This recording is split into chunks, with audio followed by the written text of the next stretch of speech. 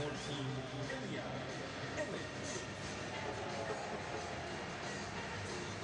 Number 15,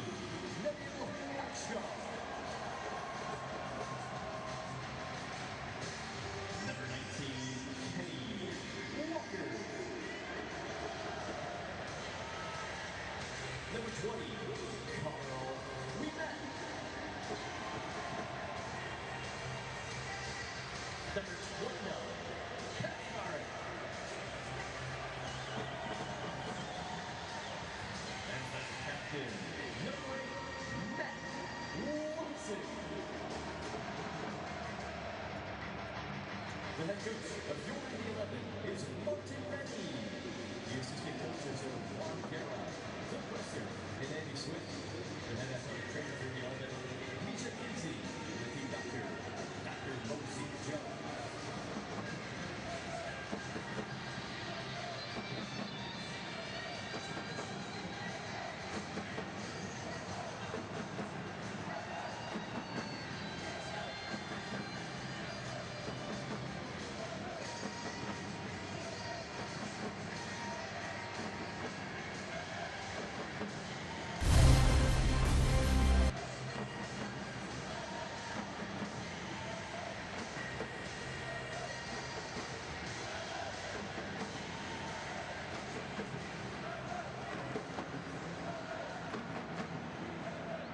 Ladies and gentlemen, please direct your attention to midfield and welcome tonight's game honorees. Back in 2014, Ricky Holmes started a tradition that would continue for years, inspire many, and raise incredible amounts of money for Down Syndrome Indiana at the Buddy Walk, Indianapolis. Ricky, the leader of the Ricky's Walking Warriors, is just as the name suggests, a warrior. With each obstacle, Ricky has been a fighter and overcome the limits that are placed in front of him. Tonight, we are honoring Ricky Holmes of the Buddy Walk team, Ricky's Walking Warriors. Not only does Ricky show tremendous dedication and hard work each and every day, his dedication drives and inspires his community in Avon, Indiana. On the field now is the family of Tyler Trent, Tony, Kelly, Blake, and Ethan. The former Purdue student who inspired countless sports fans with his gratitude and grace passed away from a rare form of bone cancer this past January 2019. But his legacy lives on through his faith and the Tyler Trent Foundation. Learn more about the Tyler Trent Foundation in his book, The Upset, by logging on www.tylertrentbook.com. Let's hear it for Tyler Trent, his faith, and his family. Folks, give a big round of applause for our game honorees.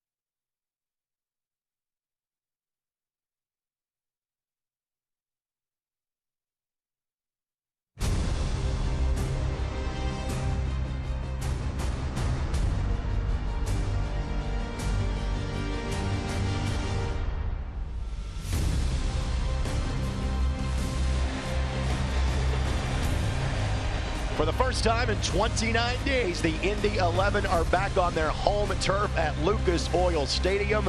They're back in league action for the first time in 15 days of any kind. And they take on a team they opened the season with in a loss on March the 9th against St. Louis FC. Thanks for joining us for Indy 11 Soccer here on My Indy TV. Speaking of long absences, Eugene Starikoff has had one for the boys in blue. He has not appeared in a league match since March 30th, but made his return in a friendly on Tuesday night, getting the only goal in a victory against Detroit City FC. In just 19 appearances last year, Starikoff 6 goals, second on the club. Speaking of scoring goals, Kyle Gregg has done that through various USL stops. 52 goals during his time in the now USL Championship, including 5 this season for a St. Louis FC team that has struggled as of late other than U.S. Open Cup play. St. Louis looks for the season sweep against their Eastern Conference rivals. Indy 11 has other ideas. Starting lineups, opening kickoff, come your way next.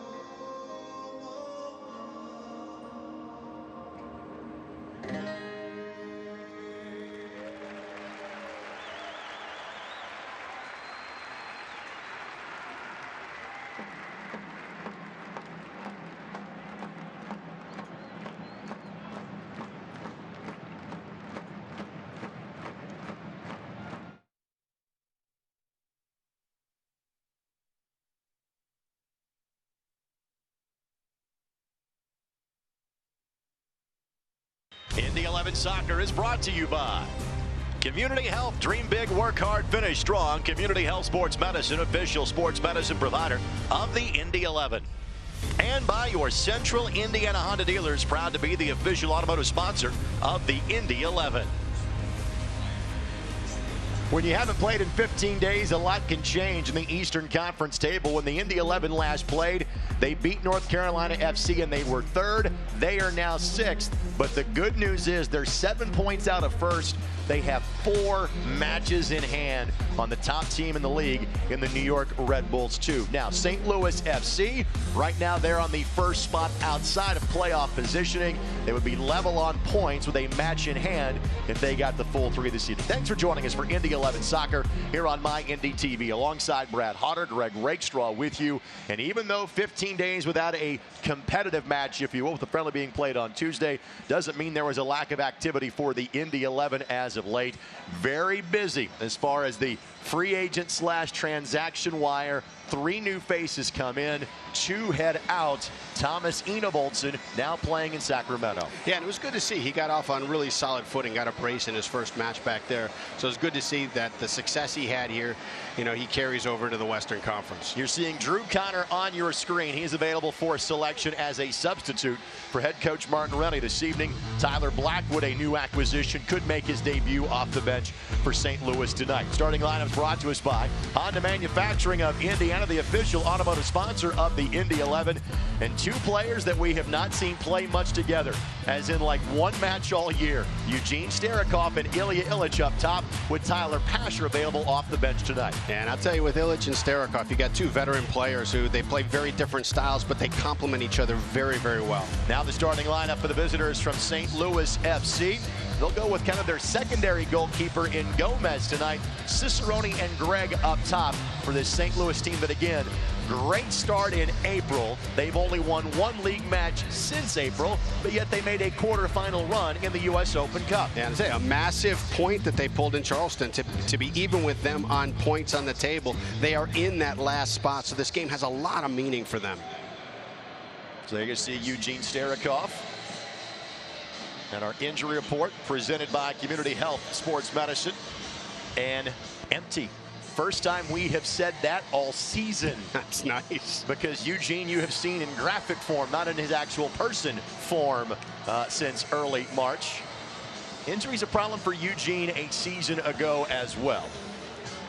Now, the tough part, too, the way he plays, it's just difficult to keep him healthy for a full season. I mean, seasons are long, a lot of games, a lot of mileage, but he just plays so hard. Teams are ready. Official is ready. And thank you, as always, for joining us for Indy 11 Soccer. And you will be seeing a lot of this team over the course of the next 2 months.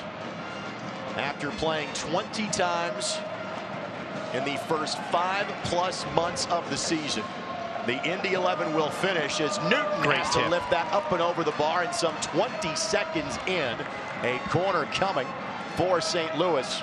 To finish that thought, tonight marks the first of 14 matches in 60 days to end the season for the Indy 11.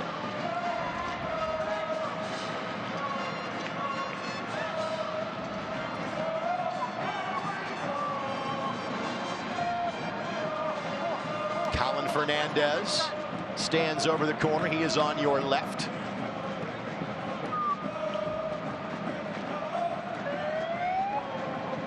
And he clears. In swinger that Walker gets to first for Indy. Throw in coming for St. Louis. When these two teams played back on March the 9th, all 3 goals were scored about a 15-minute span in the second half. Neville Hackshaw scored first, but then Cicerone and Kavita scored next, both on kind of loose change rebound goals in front of the net, which gave St. Louis the opening victory. And a tough loss. You take a look at the possession, and Indy, I think, had 2/3 of that possession in that match, and it just looked like it was going to fall their way, especially after that goal, and you got the 1-0 lead. And now St. Louis, give them credit. They came back. They drew 2 back within 15 minutes. The St. Louis team won 4 of their first 5. But have won just twice in league competition since, and one of those was on April the 27th. But still in position for a potential playoff opportunity. And Ouimet had to get creative and then get some help from Iose to avoid the early pressure from St. Louis. And this Indy 11 team is showing signs of rust, but again, it's exactly why they scheduled that game on Tuesday against Detroit City FC. Right, and great pressure by Cicerone. Great read on when to step, and almost created an opportunity off of Ouimet.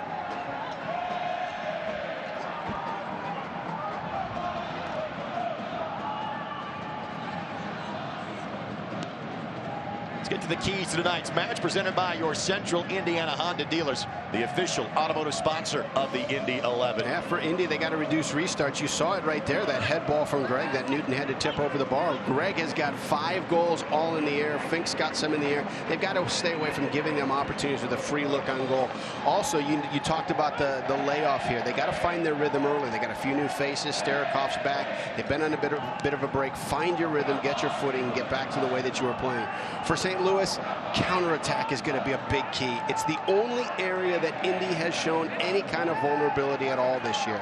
And then the other part is you got to have an answer for Pasher and Iose. Iose did not play the last time that they met, and Pasher only played 17 minutes. Those two have been lethal for opponents that play Indy, and St. Louis has to have an answer.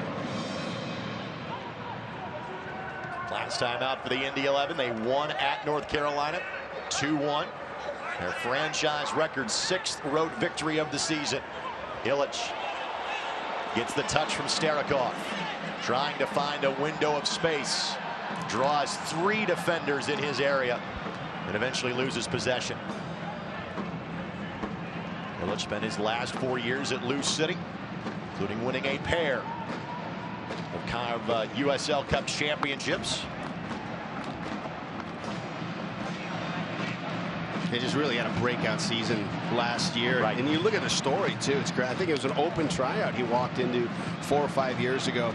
And then they have such a kind of rigid player evaluation as far as what they're expecting and what they're looking for. He fit that, grew up in the system, broke out last year with, what, 11 goals, 14 assists, something like that?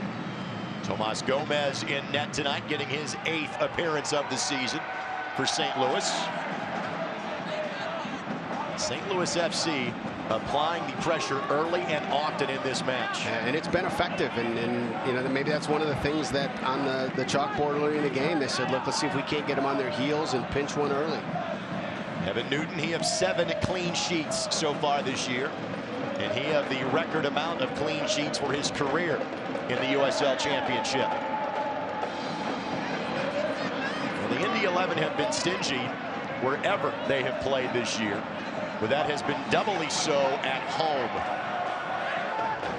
Goals as in less than you need one hand to count is what the Indy 11 have allowed at home so far this year. Well, you know, it comes from even before you take the field in training camp. It's the roster you assemble, and they've put together great goalkeeping. They got a great back line. You know, they got a workhorse in Tyler Gibson and Kenny Walker. You know, right in front as a front screen for that back line. It is a tough team to break down. Martin Renning, his 2nd year as the Indy 11 head coach, was not on the sideline 2 weeks ago in North Carolina. Was watching the press box. Juan Guerra on the sideline after Martin was asked to leave the match in Nashville a bit early. Matt Watson earns a start in a 2nd straight game. Now Lucas Farias, good ball, just nobody there. There's Anthony Pulis, head coach of St. Louis FC. You maybe have heard of his father, Tony, that has coached in places like Stoke and West Brom and Crystal Palace. Anthony played over in England and played for Orlando City during their USL days, then coached Orlando City's their B side in the USL before taking the job in St. Louis. St. Louis, a playoff team in the Western Conference last year. Both they and Swope Park moved from the Western Conference to the Eastern Conference this season.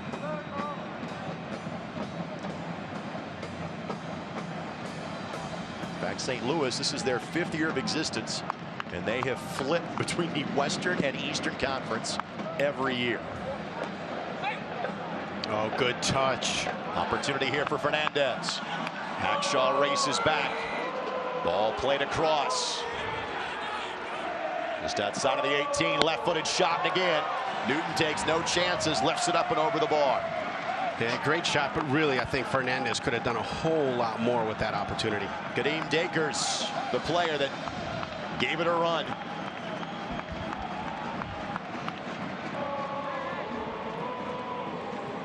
Second corner of this match coming down for St. Louis FC.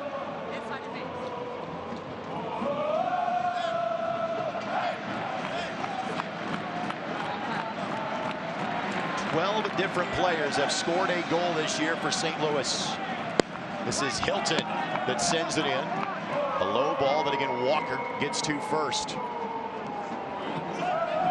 Second time he has won the corner from a defensive perspective.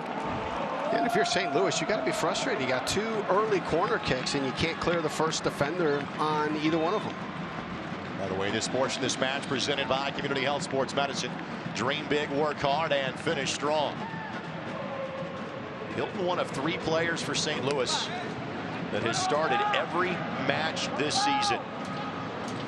Hilton, Kavita, and Fink all making their 22nd start of the season. And this is the 22nd match for St. Louis FC.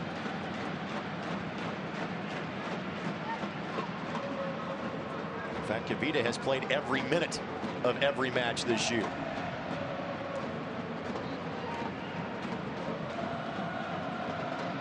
Iose.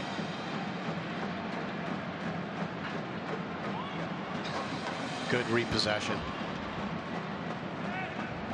Now Ouimet.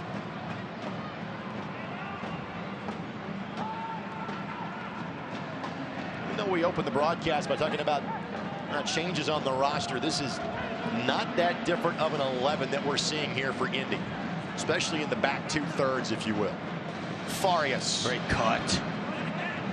Just again, couldn't find a target inside of the 18.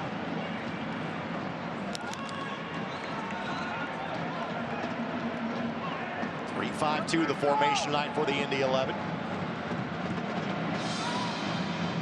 Starikov and Illich working up top.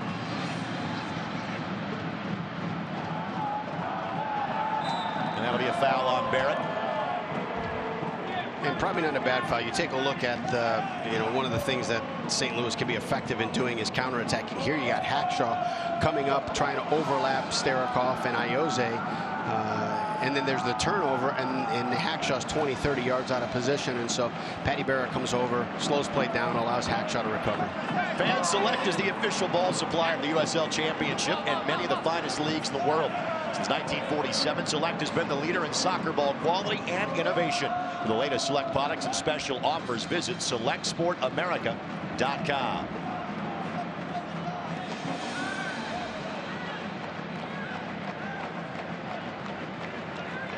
This is the only match in the league taking place today. And this match was not scheduled originally for today. This is one of 3 Indy 11 home matches that were moved once the Indianapolis Colts schedule came out back in April. Another giveaway by Indy. Now Hilton with the ball at his feet.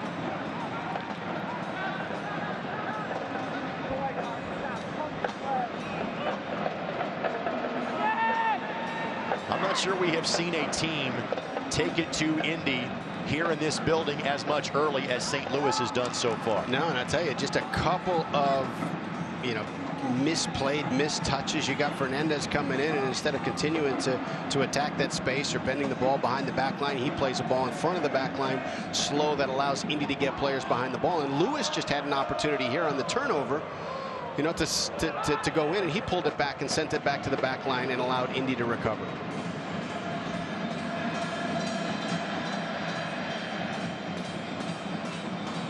Illich providing some pressure. Illich, the game winner against North Carolina 15 days ago on an assist from Tyler Gibson. Fans, the Cliff Bar Baking Company, Indianapolis, is proud to team up with Indy 11, provide meals to IPS students through the Meals for Miles program. And Iose draws a foul, and this is within range for the lethal left foot of Iose.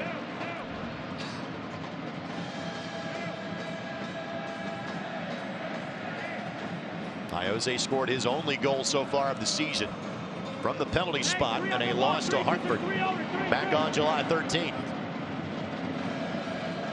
We have seen Walker from this distance show some success as well. So it could be either option here. And I like a ball lifted just to the back of the 6 and have Hackshaw maybe crash that back post to see if he can get a piece of it. It'll be Walker. And the short hop played well by Gomez. The Sports This Match presented by Keystone Construction. It's more than construction. We build a vision.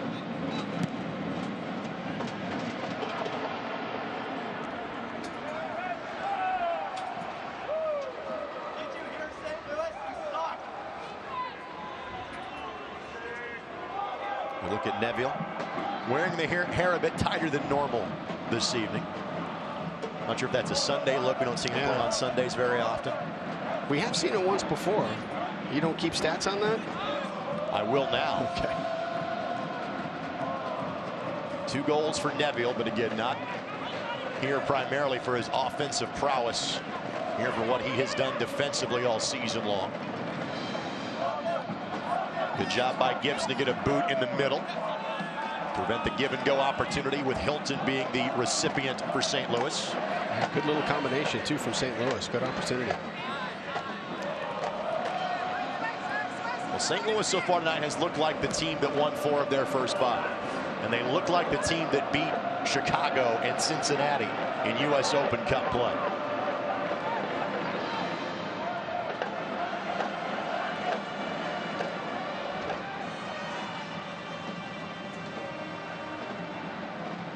Last time Indy 11 was in this building, 2-0 winners against Loudoun United, one of their many clean sheets at home on the season.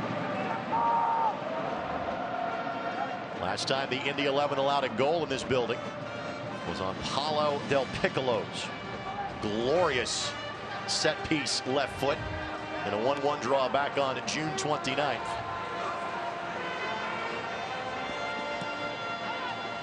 That's one of 2 goals the Indy 11 have allowed in this building on the season. Yeah, I'm not sure the mindset or the rationale behind it. You know, maybe there's going to be an answer that comes a little bit later, but St. Louis has now 3 times had a turnover in midfield, and their first look and their first touch is to knock that ball back and allow Indy to recover.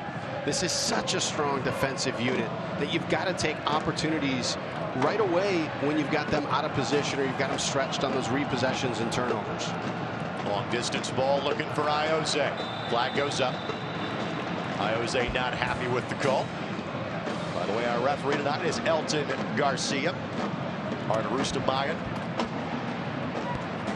And Jeffrey Skinker are assistant referees tonight.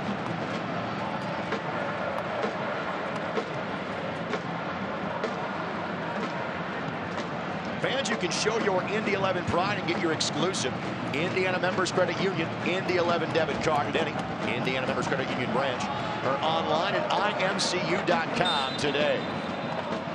It is a dangerous opportunity here. Foul whistle. Cicerone draws it. He played with FC Cincinnati a season ago, as did so many of these members of the Indy 11. There are 4 of them on the field tonight.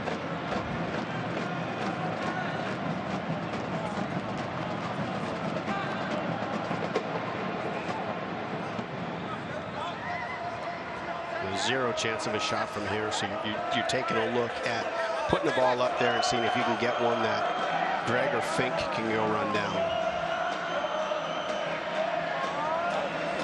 Those have been the goal scorers on the season, 5 and 5 apiece.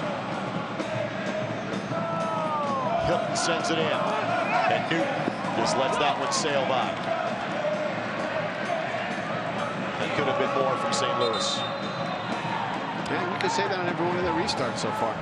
You know, restarts and counters are how, you know, when you're playing a team that is as good defensively as Indy, those are your keys to kind of neutralize their strength. Oh my goodness, you kidding me? That's the way to neutralize their defensive strength, is on restarts and on counterattacks. And St. Louis has led, you know, a number of opportunities of both go right now.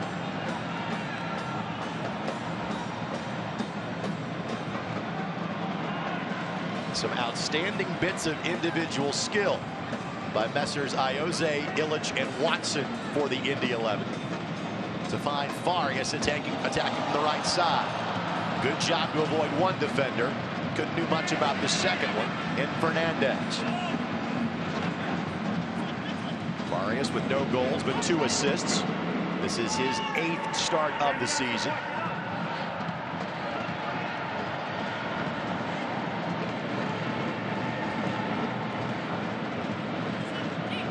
Starikov, the lead for Hatshaw. About it. Walker. And it is a touch. Corner kick coming. And you know, with the absence of Voltz, Illich is going to take on a little bit more of that playmaking role up front. We've seen him do that before. Just incredible. So has everybody in the league, and yet he can still pull it off. He's got the skill to basically say, I'm going to put the ball here, and there's nothing you can do about it. It's incredible. Just incredible.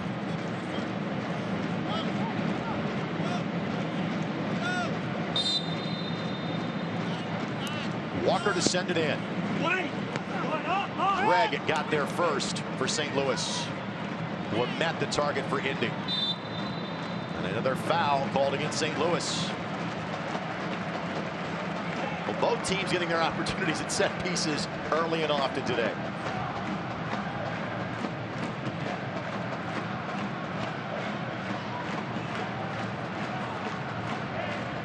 Two players on your screen have combined for 7 assists on the year. By the way, this match brought to us by the Indiana Economic Development Corporation. Take your business to the next level in a state that works.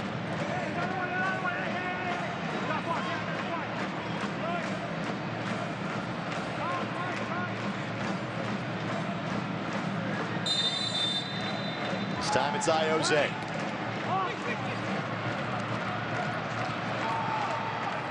Cicerone got there first for St. Louis. Good ball. Met got ahead to it. Couldn't steer it on frame. That was a good combination a year ago. Iose to Met, primarily on corners. Has none of the same success rate this season.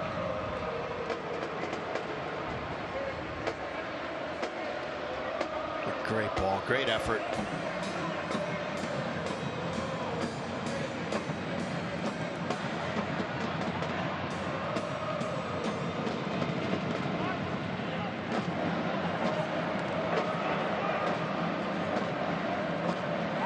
Good read by Hackshaw. Seeing 5 in the midfield tonight for the Indy 11. They have played 3 at the back most of the year, far as a giveaway. But they played far more 3-4-3 than tonight's 3-5-2.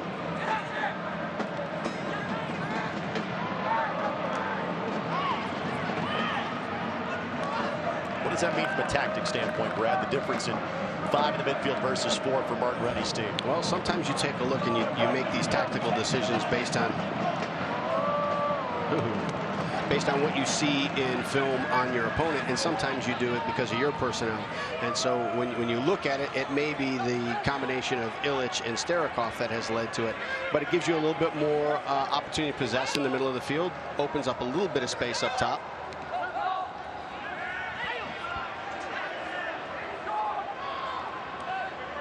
Good ball.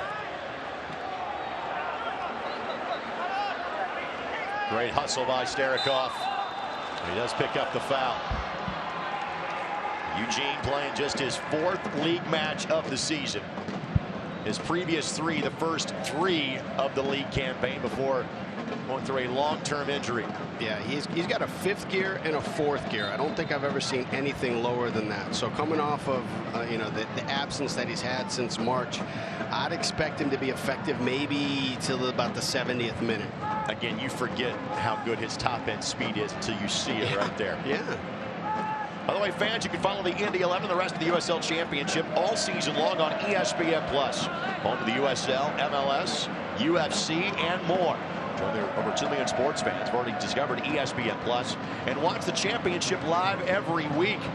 Sign up today at ESPNplus.com. Yep. Miscue there, couldn't save it.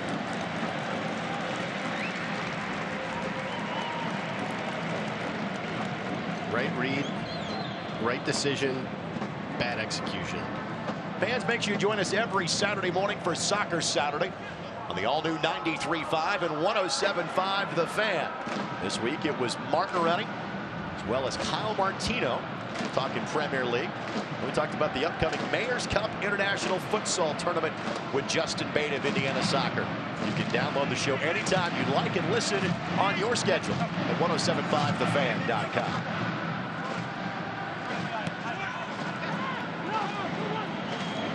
Window open for Iose. Watson scampers over to try to keep the attack going, but Gomez got there first. Met got there late. I tell you, I like the design of that corner kick, though. You bunch players into the box, you group their back line in there, you put another guy short, pull a guy out into the corner, so they've got 2 out on the corner, and that leaves Iose free. And that's a pretty talented, pretty good option for you. Met, the second-year Indy 11 player, making his 15th appearance of the season, his 14th as a starter. And there you see the guy that if Carl cannot continue, who would be his immediate replacement in Mitchell Osmond. Yeah, boy, in slow motion, that looked a whole lot worse than it did real time. Obviously inadvertent from Gomez. Yeah. But usually after the high knee, there's usually one more move and you go for the 3 count. Hopefully Carl can stay in the contest. As hard as he plays and as many hits as he takes, I don't think we've ever seen him actually come out and stay in.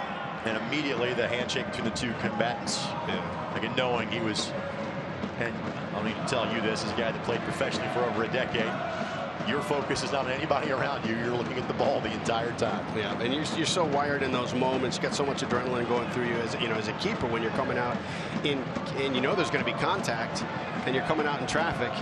You often don't feel it. He will kind of go through the standard operating procedure of the concussion protocol before he is allowed to go back into the game, and I think he has been given the thumbs up to do just that. Yeah, and the tactical adjustment is one that either Martin Rennie sends in or Matt Watson just knows. You know, his soccer IQ, he can play anywhere on the field. Ouimet's out. Okay, Matty drops back into that space and takes it until he's back in. By the way, this portion of the match brought to us by Honda Manufacturing of Indiana, official automotive sponsor of the Indy 11, and Ouimet already back on the field of play. We referenced Mitch Osmond. He was so good in the month of June when Neville Hackshaw was out on international duty for Trinidad and Tobago. Mitch really is the 4th starter on a 3-man backline. Yeah. And I tell you, you look at Hackshaw being pulled away for national team duty, and you look at that and you say, oh my gosh, this guy is so impressive defensively. But what it does do, it gives you early in the season the opportunity to really get a sense of what Mitch Osmond can do. And he gets his confidence. Now everybody's got full faith in him. If anybody goes down, you know you're covered.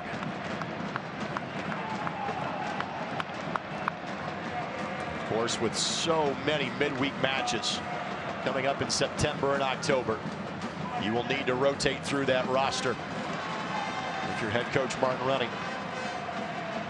In 14 matches in 60 days to finish the calendar for the Indy 11.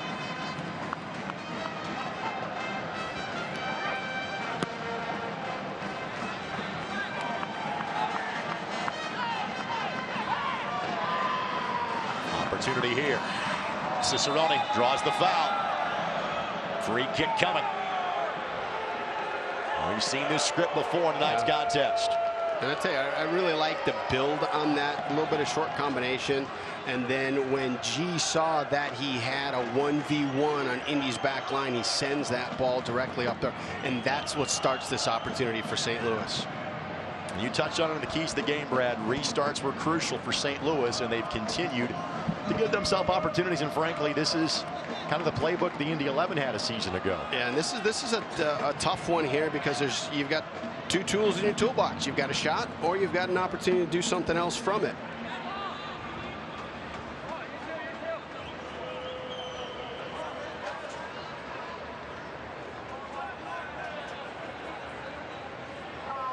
So Evan Newton directing the wall.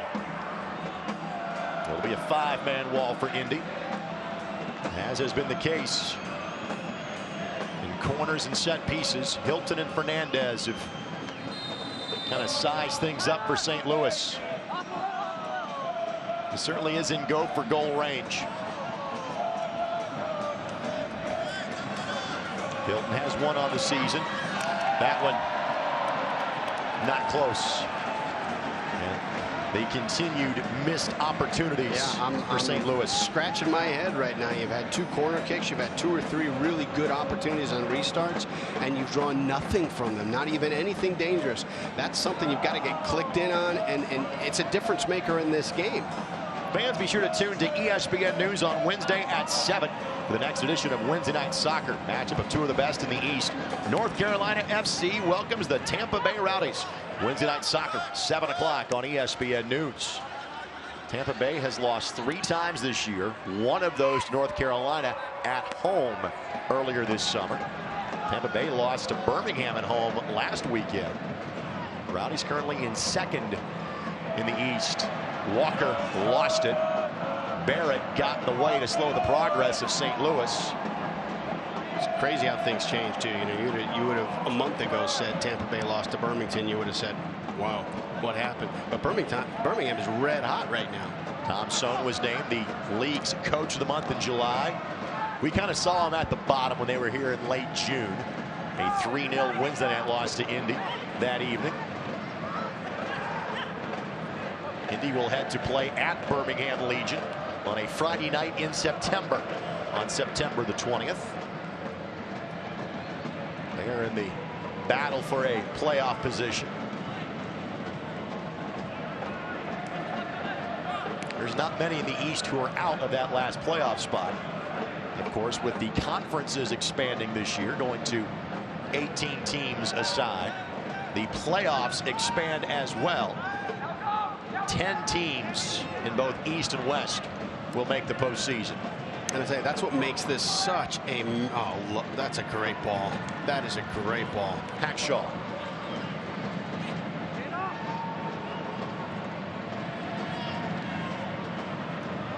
Diagonal ball for Farias. Good shoulder-to-shoulder play there by St. Louis.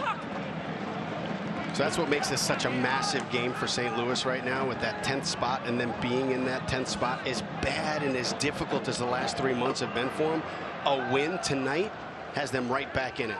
And St. Louis is really in the same boat as Indy, where we talked about this all year long, where Indy has, several matches in hand. For example, on first place Red Bulls 2, Indy has 4 matches in hand, 3 after tonight.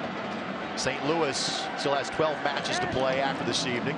Indy has 13, so you will start gaining positions as long as you keep getting results. Yeah, there's a really different feel though too when you're where Indy 11 is right now, and you're on a really good run and a really good tear. Having those extra games in hand is just such a luxury and such a comfort. When you're in the position that St. Louis is in, you're thinking, thank goodness we still have that opportunity.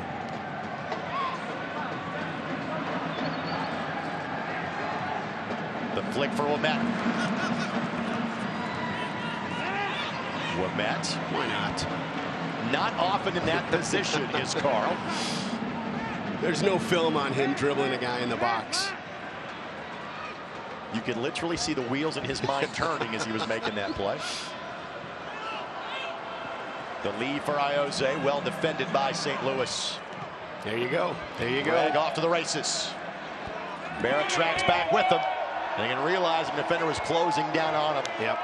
Decided to go for it from distance. And not a bad decision. You got Patty Barrett, full sprint heading at you, and you got Newton a little bit off. I mean, there's a window. If you can get it up and down, there's a window.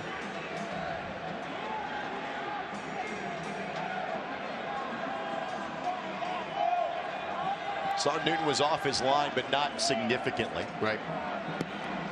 That was more about knowing he had zero help behind him. This portion of the match presented by Keystone Construction. It's more than construction. We build a vision. Playing the midfield has been really impressive for St. Louis tonight. I'll tell you what, Cicerone's playing, a little bit outside, a little bit up front, a little bit in the midfield, but I love his pressure and the decisions he's making on when to step to the ball. Good job by Paris G just to get enough of that ball to steer it away from Starikov.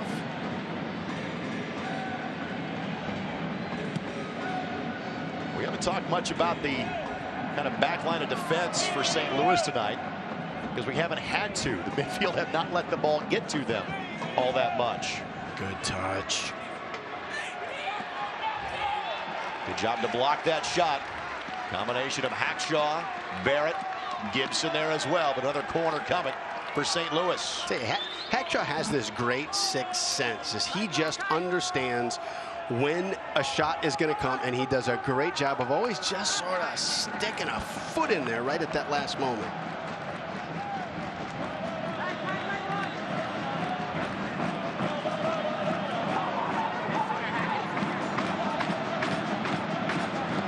Fernandez on the left. It'll be him this time. And that'll be a foul. Watson, the player that was fouled. Oscar Umar, the player that committed said foul. Umar, 26-year-old from Ghana.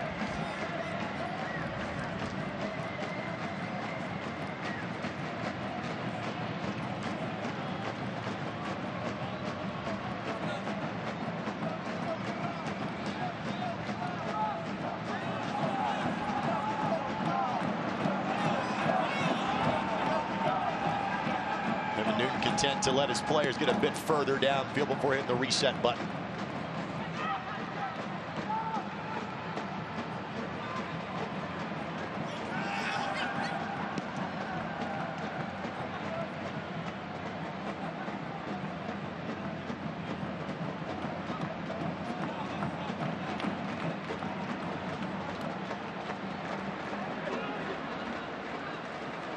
There's been little for the back line guys to do. Fanuel Kavita playing that ball back to Gomez.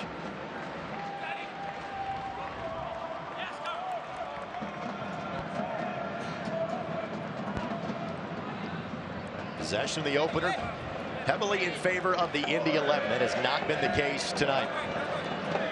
The score remains the same at 0-0.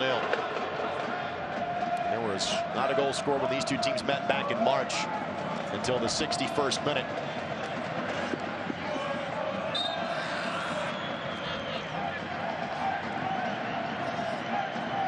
Sometimes when you start, 4 wins in your first 5 matches, you have kind of a false sense of who you are personality-wise. Then you hit a tough stretch like St. Louis has been on, and you kind of come down to earth. But that's not the case. They've got a good roster. This is a good team.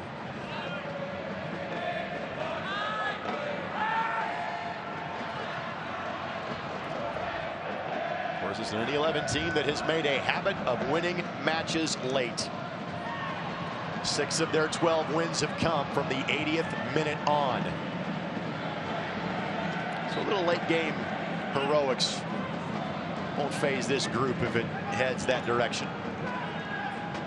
I prefer it not to be. Yeah, but it's such a great, kind of characteristic that you develop. Every team develops their own kind of personality and their own, kind of feel.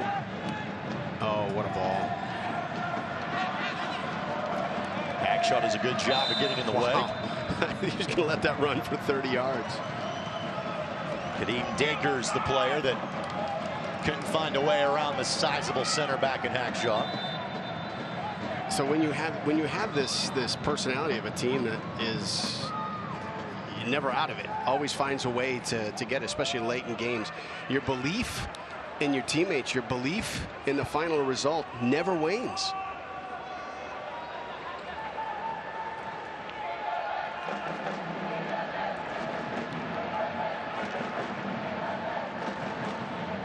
This portion of this match brought to us by the Indiana Economic Development Corporation. Take your business to the next level in a state that works. First of back-to-back Sunday night matches for the Indy 11. And that necessitated when the Colts schedule came out in April.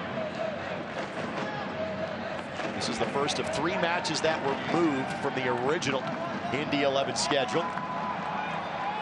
This was slated to be a match played last night. Also the season finale that was originally set for October the 19th. Moved to the 16th. Can Starakov get there? No. He turned over his left shoulder, ball went over his right. It's a good look, though. Good look by Kenny. I think it was Kenny Walker that delivered that ball. And Walker delivered the foul.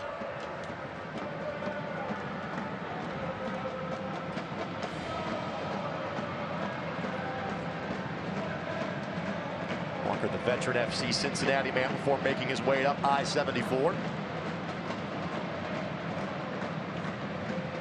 A goal and 4 assists for Walker this year. Good looking ball here. Man, it's such a great thing to have so much confidence in the feet of your goalkeeper. I mean, it's just such a great relief of pressure and opportunities like that. That they, anytime they're in a jam, boom, you know you can lay it back to him and it's going to be fine. Newton never gets phased on those, does he? No. Now Watson charging forward. Scored a goal 2 weeks ago to the 34-year-old team captain. Oh, good touch. Jose couldn't get an angle. Awfully compact now, St. Louis. They've managed to get 9 behind the ball. Starikov. What a ball. What a ball. Oh, my goodness, what a ball. He creates windows of space. Couldn't get his head to it. There is just a fraction of a window between what the goalkeeper's range is and that back line, and it's put perfectly. What a ball by Farias.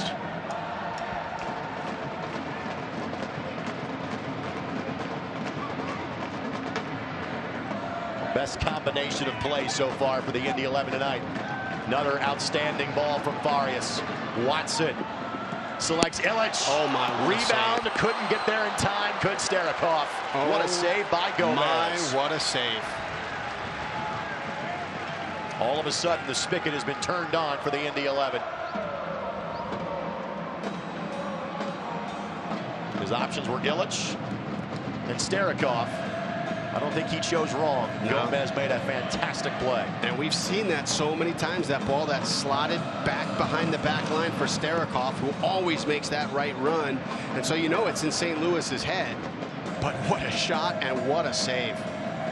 21 saves on the season for Gomez coming in. Our final 5 minutes plus stoppage time of the first half, brought to us by your Central Indiana Honda dealers, official automotive sponsor of the Indy 11.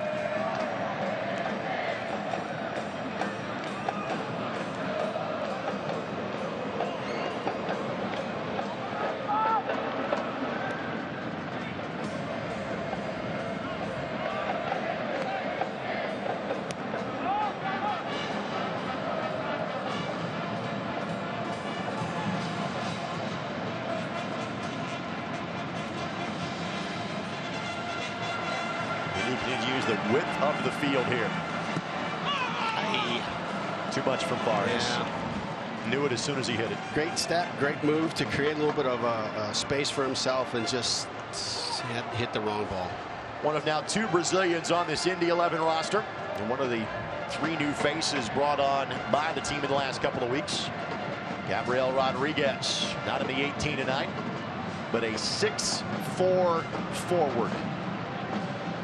Target player potentially available for the Indy 11 in the next few weeks.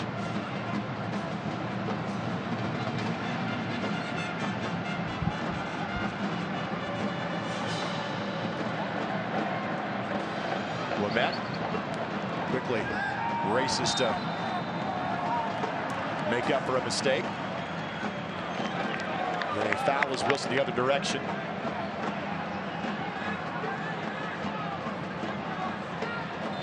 I tell you, it's easy to misjudge Cicerone's speed. You got to be careful. Now I assume that the official was saying that a bit of a dive was taken by Cicerone there. Oh my.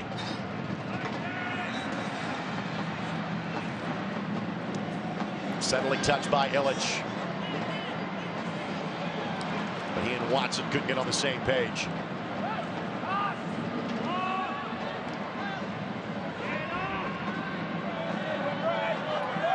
Illich has no problem being a distributor with his back to the goal. No, and I tell you what, he's so great in tight spaces.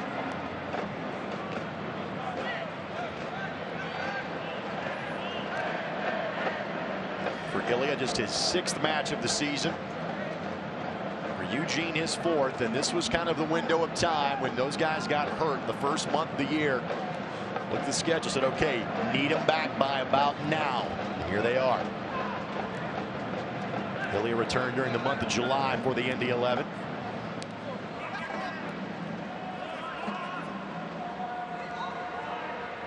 I'm not sure at this rate there's going to be much in the way of stoppage time. We have one trainer's visit on the field. So neither of these teams plan on finding the back of the net in the first half. The time is about to be happening.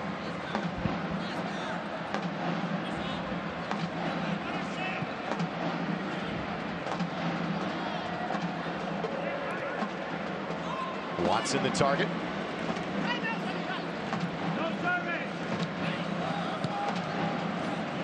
Iose trying to find an angle to slide that ball through, couldn't do it. No, blocked by Dakers. And Watson earns the corner. Nope, off of Watson, excuse me. Wow. Clever little ball, lifted over the back line.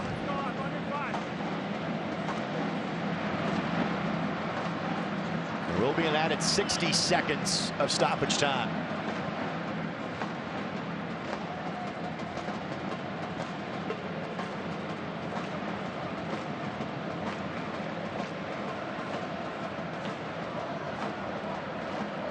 Very impressed by St. Louis so far.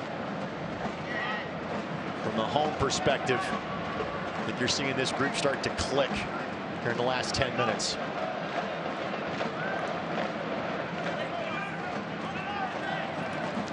If you're Martin Rennie, what's your message to your guys at halftime, Brad? I tell you, keep doing what you're doing, but I really like how effective you've been in finding Farias' space out here. Been 3 or 4 different times you've just led him into a gap. He's gotten the ball and he's gotten great opportunities across the box. Starikoff couldn't get a settling touch. Ladies and gentlemen, the fourth official on the sideline has indicated that a minimum of 1 minute will be added to the end of the first half.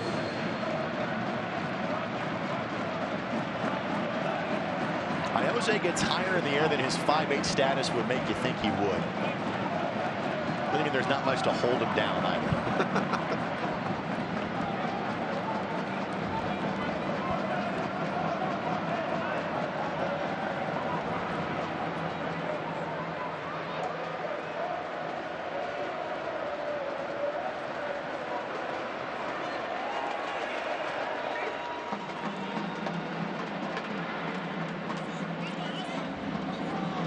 Options are available off the bench for Indy in the second half. Tyler Pasher, Dane Kelly, Alioune Jahate. So if you're of the opinion there might be a few more attackers needed in half number 2, you've got those options if you're Martin Rennie. And that, you know, the thing too with that is it completely changes the complexion of the game because that's a lot of pace. And that is the end of half number 1. Visitors, impressive. Indy has recovered, settled, adjusted, however you want to describe it, an evenly played opening 45 minutes. Yeah, I thought it was. I think St. Louis came out and really wanted to try and put things under, but Indy grabbed it back. 0-0 our score at halftime. And our halftime show from Lucas Oil Stadium comes your way next as you're watching Indy 11 Soccer on My Indy TV and ESPN+.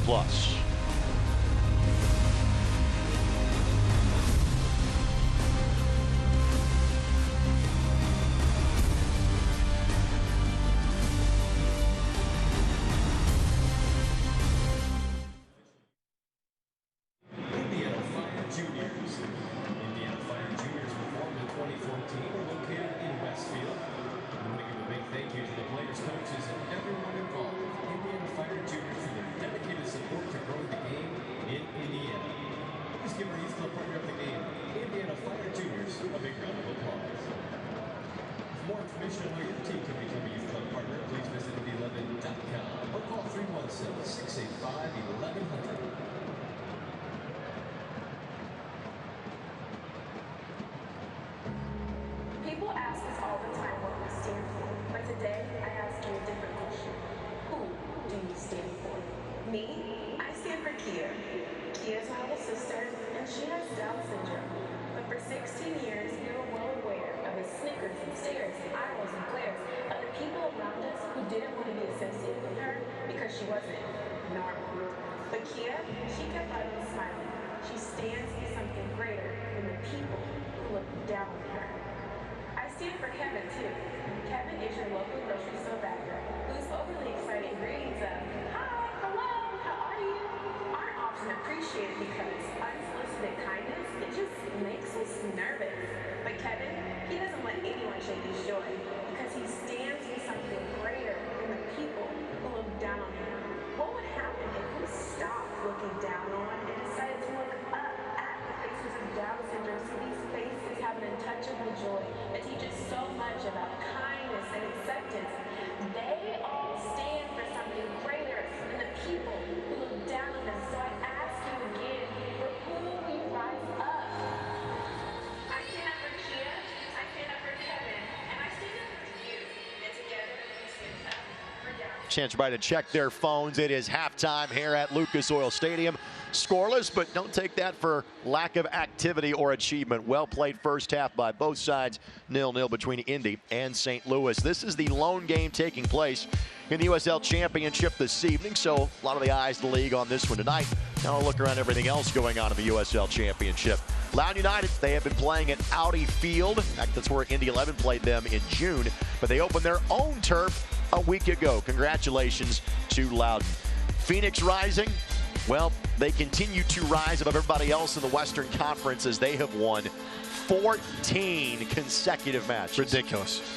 And congratulations to the good folks at El Paso and San Antonio, Locomotive FC as well as San Antonio FC, the way they have combined to donate funds in the terrible tragedy that's taken place in El Paso, and they are doing their part to help communities in need as part of the El Paso Strong movement.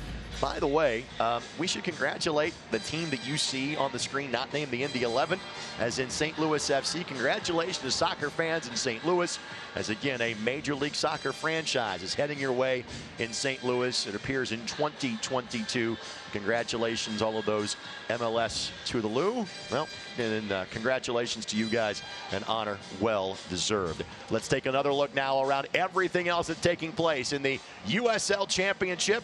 A look at around the championship and League One, but first a preview of the upcoming Wednesday night soccer match. Fortune can hit from here. Oh! McCarthy once more. Blasted back in, and it's a goal for North Carolina FC.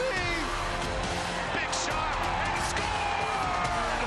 And Ben Spees lets one fly and drills it.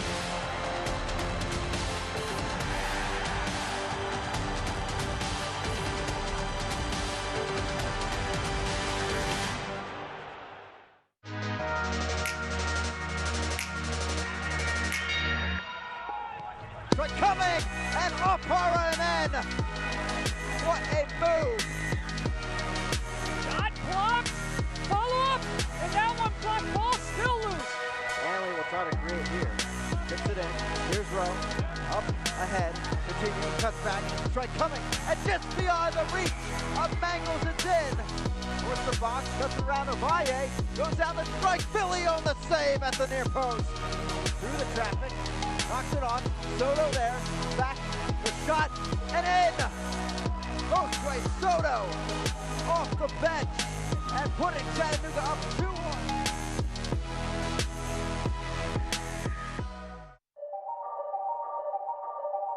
A little trickery now, maybe. McCabe goes for goal, and it's an excellent free kick. A long run-up produces a long-range effort from Niall McCabe. Not the first time that he cuts through from Dalgard. Dalgard still with it. He tees it up. Great effort, and a terrific opening goal for Hartford Athletic, coming by the way of Sebastian Dalgard. Opportunities for the opponent. This ball comes in, headed away only to the top of the box. The Langsdorff volley off the chest, and Portland has the lead in the 3rd minute. Still Zach Zandy to drive, and what a save by Matt Pickens. Sent in towards the back post, headed on. Calais Brown, what a save. For Don Maduro, watch him on the tail end of this. He knows how good of a save it is. He turns around, slaps a little high five. Yvonne George is going to be robbed. Calais Brown.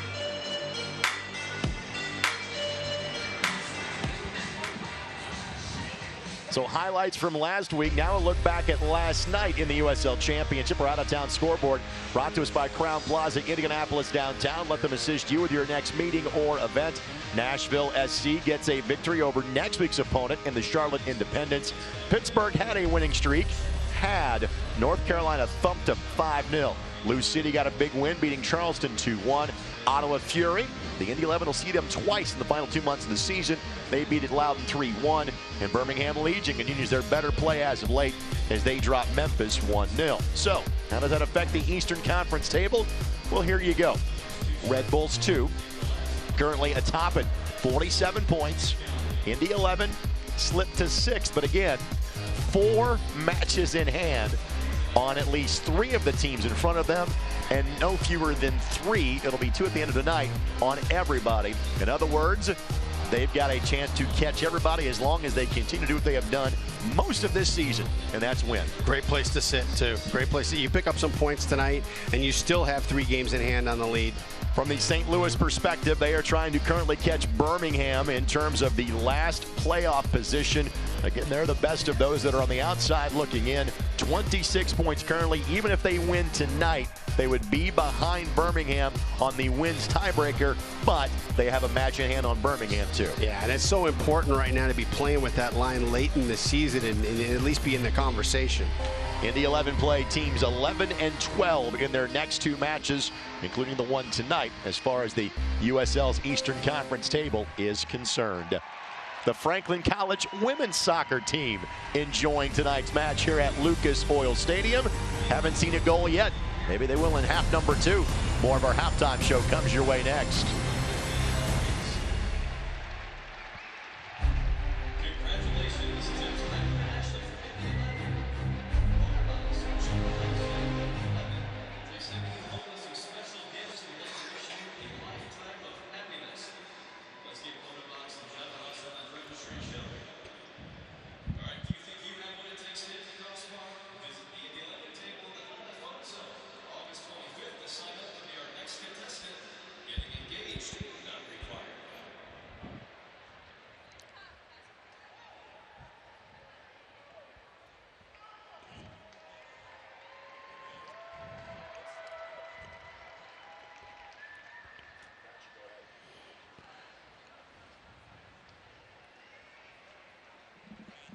Sports injury?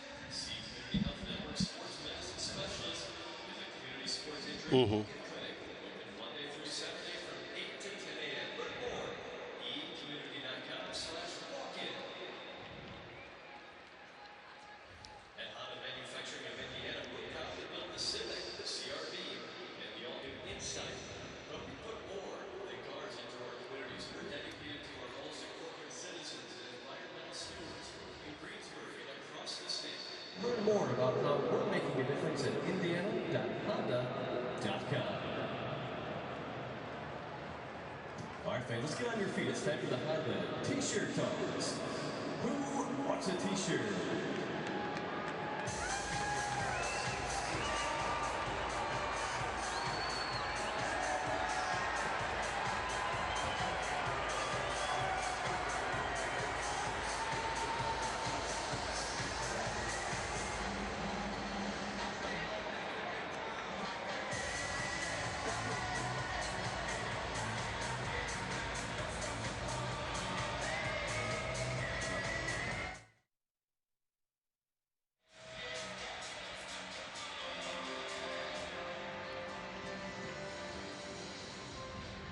Once again back at Lucas Oil Stadium, scoreless so far through the opening 45. Both teams, of course, have plans to change that in half number 2.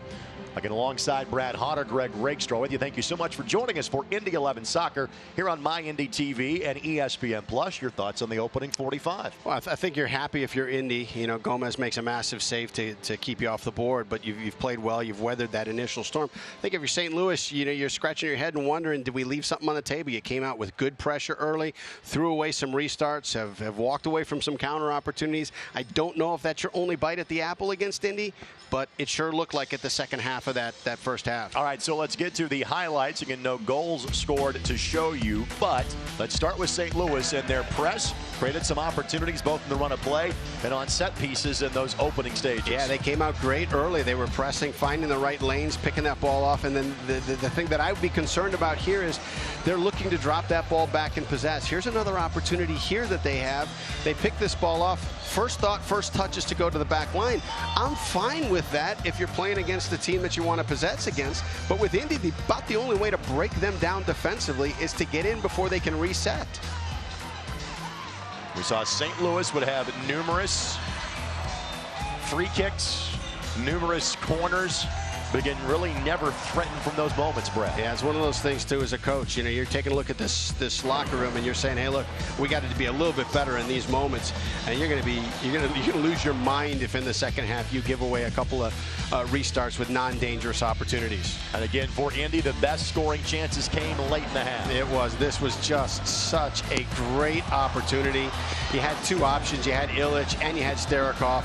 Great shot and just an even better save by Gomez. Gomez with the save. Fink able to sweep away the rebound that would have given Indy 11 the first goal of the night. Let's now go to the field where Martin Rennie is standing by. Coach, your thoughts on the first 45 minutes of football this evening?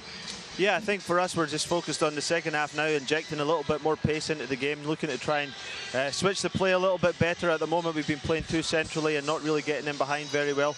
But I think now in the second half, we can do a better job of that. If memory serves me right, I think Ilya and Eugene have played together one match all year. Your thoughts about that combination up top in the first half? Yeah, I think that obviously they're just getting back into the rhythm. So I think, there's a lot of work to do there. But Eugene got 45 minutes out of that. That was all we could expect. And now we can change it up a little bit and go for it in the second half. Sounds good, Martin. We'll talk to you after the match. Thank you. Again, Martin Rennie, head coach of the Indy 11, kind enough to join us at the end of halftime of every home match of our Indy 11 telecasts. We'll be back here next Sunday night for the Charlotte Independence. Again, 6 o'clock kickoff. That match was moved from being a Saturday night match to a Sunday night match a few months ago, but not originally on that date on the Indy 11 schedule. Have it for you on My Indy TV and ESPN Plus. Indy 11 back on the field and getting ready for half number 2. St. Louis FC just making their way back to the pitch here at Lucas Oil Stadium.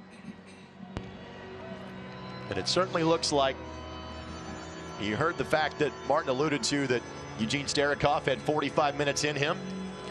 Well, the guy that's getting the next 45 minutes is a leading goal scorer for the Indy 11 on the season. Tyler Pasher will be playing half number 2 tonight.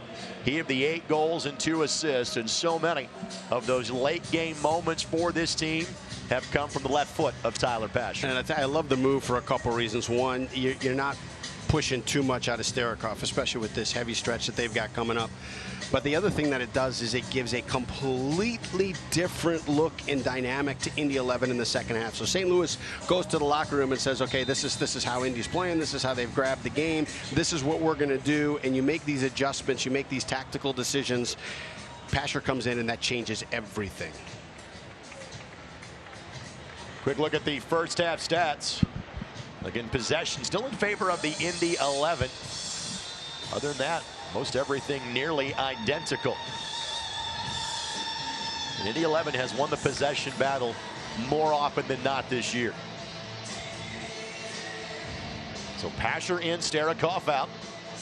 Your thoughts of Eugene's 2.0 start to his season, if not playing since March? Love it. I'd say he's just such a fun player to watch, because just the fight that's in him on every ball. And you take a look at the ball that Gomez made the save on, the shot from Illich. Starikov is always lurking on those opportunities, hanging out back post, and he will throw whatever he's got at that ball if it comes across the back line.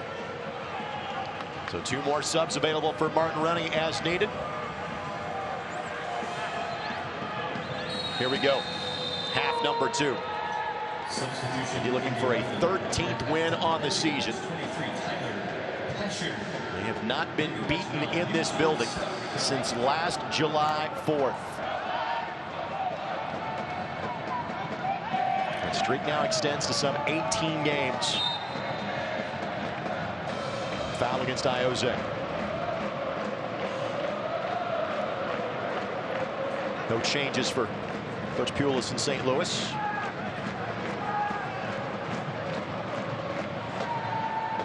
And I think, St. Louis did well in that first half. I think the only changes they need is just in the focus in those counter and restart opportunities.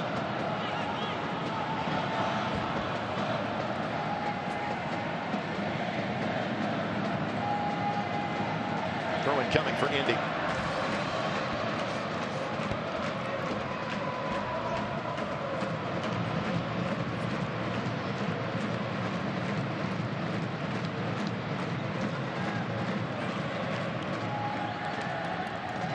Interesting to see Pasher kind of tucked on the right side of the attack for the left foot dominant player. Now he kind of works his way towards midfield.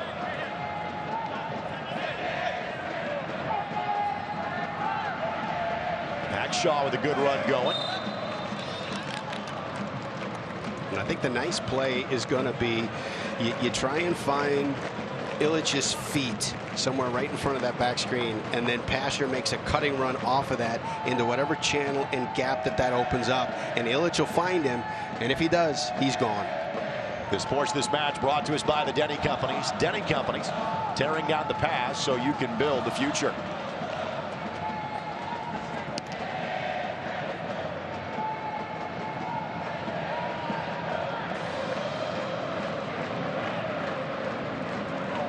Shoulder-to-shoulder play. We've seen that go both directions tonight, as evidenced by right there. Milton Garcia, our match referee. Farias spot on to Watson. What a ball. Watson.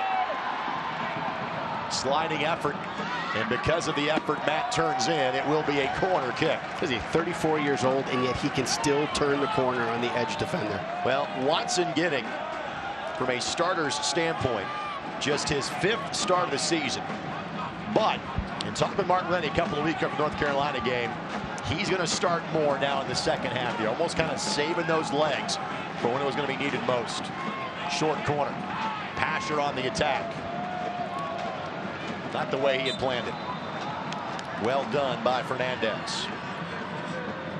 Fernandez getting just his 6th appearance of the season for St. Louis FC, but he's done some really nice things on both ends. He's 22 years of age from the Chicagoland area.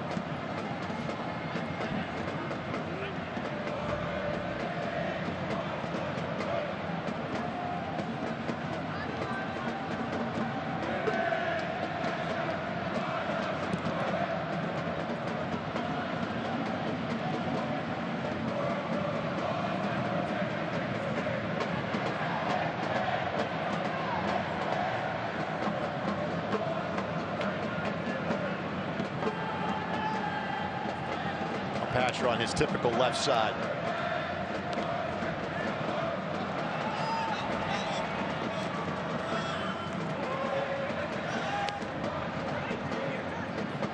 Oh, what a ball. Greg leaves it for Dakers. Ioze got a boot to it. Barrett. Wow, that's a great step by Patty Barrett. A well-timed tackle. That was a great first touch by Cicerone. Handball called against Hilton. By the way, it's been a very sporting match so far. A lot of handshakes going back and forth each direction. My guess is that goes away as this goes 0-0 a bit longer.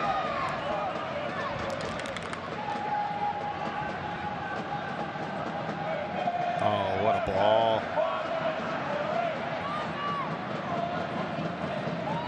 Pasher. Knocked away. Here's the opportunity. Those aren't going to happen too often. Umar was able to dispossess that ball from Pasher. The possession was short-lived for St. Louis. I just love how they're finding Farias on the right side. Farias trying to find Illich.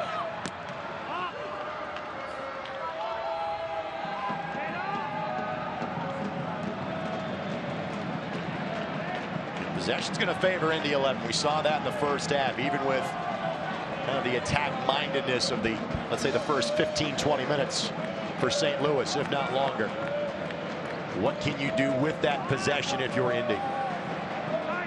Well, this is a good answer here. I mean, it's not just that they're finding Farias, but the width that he's creating. He's getting his heels all the way on the touchline. That's going to open up some channels in the middle. And, you know, if the middle stays tucked in, it gives the option for Indy to just keep driving balls into the space for him. And a foul whistle against Indy. I believe the width of the pitch here at Lucas Oil is 74 yards. They're using all 74 with Iose on one side and Farias on the other. It makes it so difficult to defend when you have to go touchline to touchline. Fans, Indy 11 Premium Suites are the perfect way to entertain your guests. Learn more at Indy11.com or call 317-685-1100.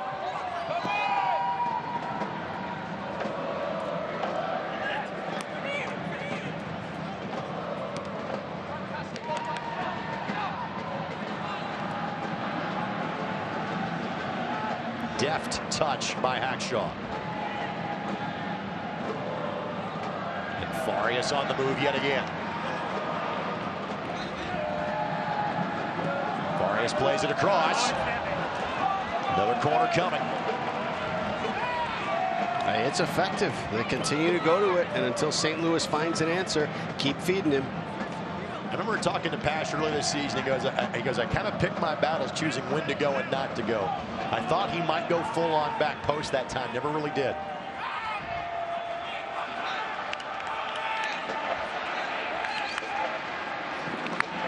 Walker, a chance for his 5th assist of the season.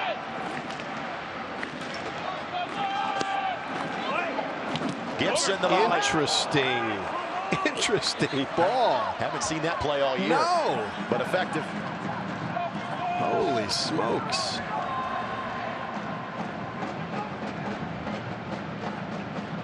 That's an interesting little thought. And well executed, too. Got a good look out of it. Fans, for standings and stats, all the latest league news, be sure to visit USLChampionship.com.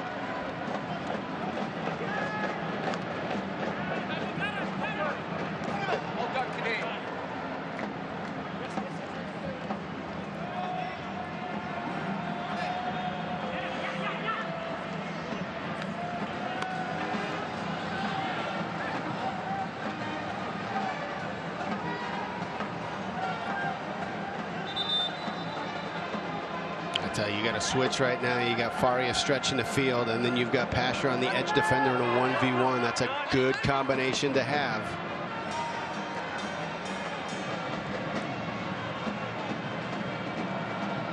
I think Patty looked at it and looked like it was just a little bit out of reach for him.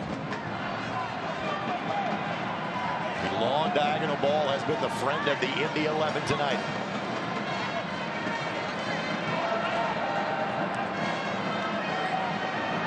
Iose draws the foul. And the animated reaction from Oscar Umar. Yeah, all that friendly stuff changes really, really quickly with one hard foul. In my opinion, this has been a very well officiated game. Agree, Mr. Rakestraw? I agree. I think it's been consistent going both directions. I think one of the things you're seeing in the run of play right now is Indy 11 is really making it a complicated game for St. Louis to figure out defensively. The ball's going at angles. It's going down into channels. You got multiple runs. You got guys that are overlap. Oh, my goodness. Barrett gave it a go. Whereas St. Louis is a bit one-dimensional right now. What you're seeing is kind of some different options for the Indy 11. We saw when they last played at North Carolina, 2 first-time goal scorers on the season in Illich and Watson. But Gibson just had a look. Barrett just had a look. Yet to find the back of the net, but creating chances. Basher asking for contact, doesn't get it. Kavita.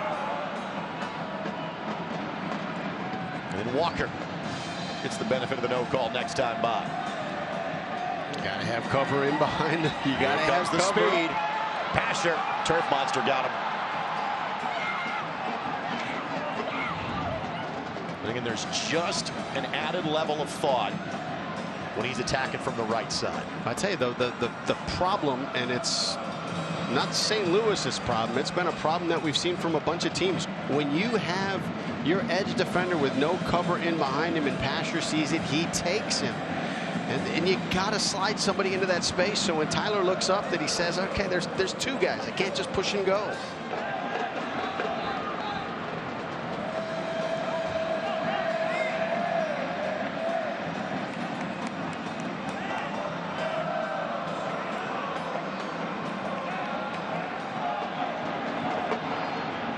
Pass for the lead for Farias. What a touch. He's got Illich. Wants it back post. Couldn't get through. Knocked to the sidelines by Fink.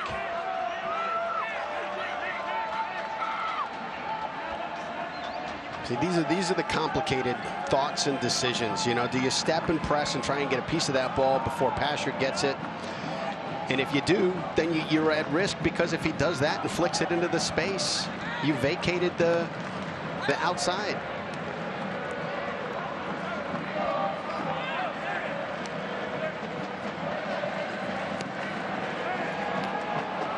Aaron asking for that ball.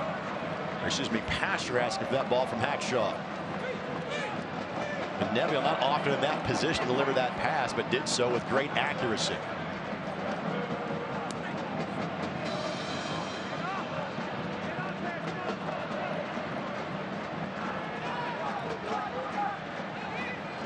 Good night. He's ridiculous.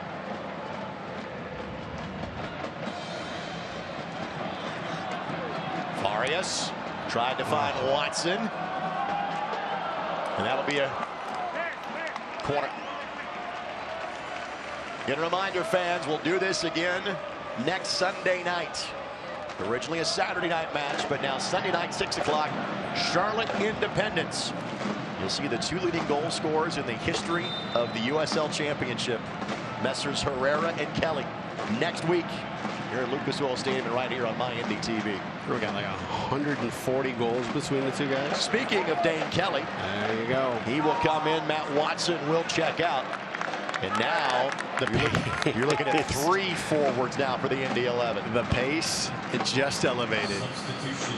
So Dane does not have a goal since the end of April. He had a penalty saved against St. Louis back in the season opener.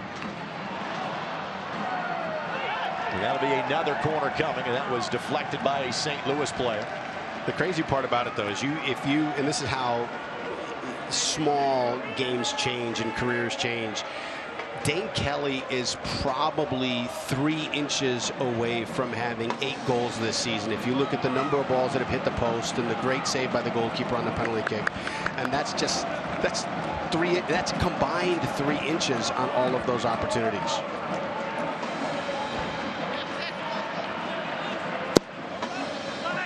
Back post.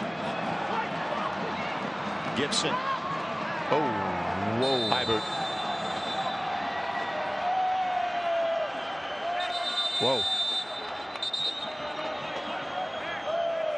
We'll make sure Fernandez is okay. I tell you, he was pointing to the spot, and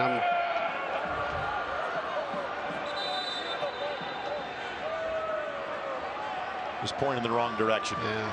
But right call has been made. It is Fernandez, the player that is down, and I don't think there's anything malicious in there. When you've got your back to goal, you don't expect sometimes pressure coming from the front side. If you're Gibson, you're doing everything you can to keep that attack going. That's just the way. I mean, it's in his DNA.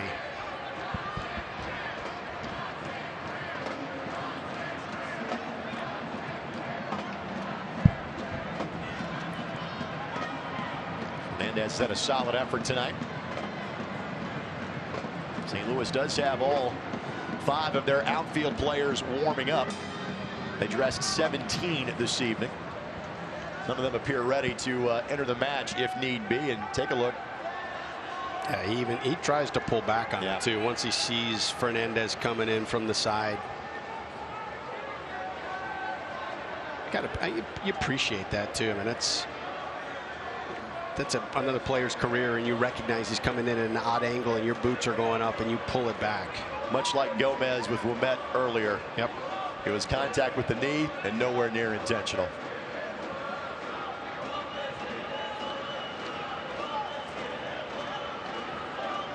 The Sports of the Match presented by Community Health Sports Medicine. Dream big, work hard, and finish strong.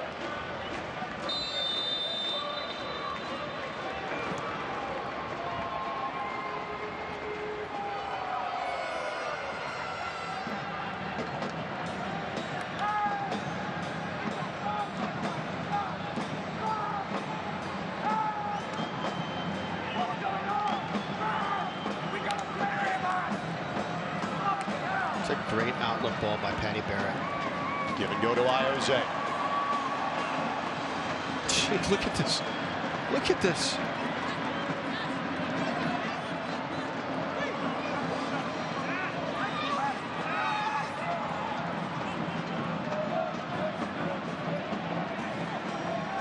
Target is Hackshaw.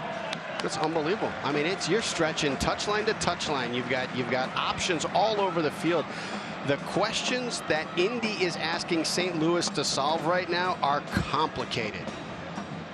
And look at the ground that Iose is covering, going from side to side. Tireless.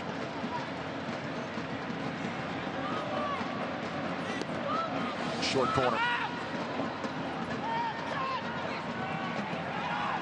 Iose looking back post. Saved again by Gomez. Enough time for Gomez to recover. Headed down by Hackshaw. Looking for his second goal of the season against St. Louis FC. And here's the counter opportunity. Great decision by St. Louis. See if you can catch him before they set. Barrett got in the way to slow it momentarily. Simultaneous contact, play on, says our referee.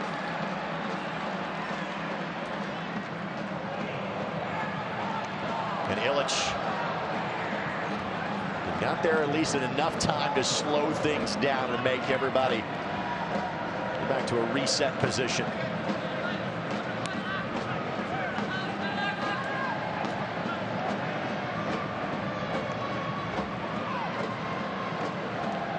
There really has been minimal possession for St. Louis here in the second half. And you look at how that first half unfolded. The pressure of St. Louis caused a lot of problems for Indy, created a lot of opportunities for St. Louis. The 11 grabbed the second half back, and you look at how this second half has started. In the 11 have just really owned the field. But if you don't take advantage, if you don't put the ball in the back of the net, and you give up a restart here, the game could change. Gomez, another outstanding effort here. Fans, you get updates and alerts all year long by following your club at ESPN.com.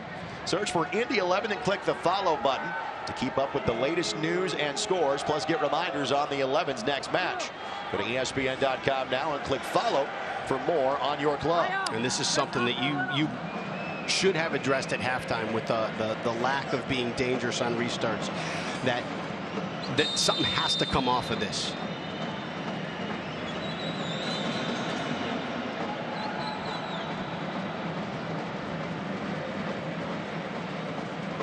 Fernandez. Good hit. Yep. Good hit. By far the most, even though it missed the target, by far the most threatening chance off a set piece or corner. And I love it. I love the way Fernandez approached that ball. You take a look at it. It's like a pitcher in the 9th inning when he's got a no-hitter going and he's got 2 strikes on a guy. Deep breath on the mound. You get yourself really focused, and he did that standing over the ball. Had a nice strike.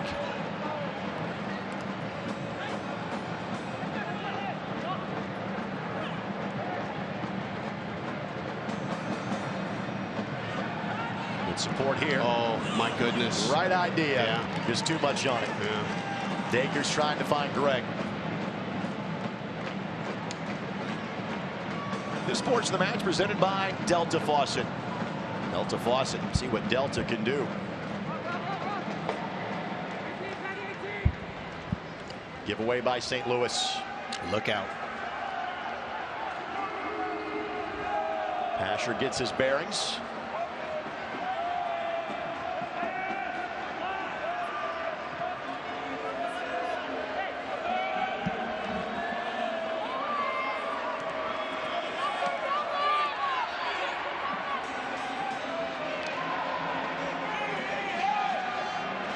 Here's Greg Dacres, opposite side. Good opportunity. Good opportunity. Cicerone sees it.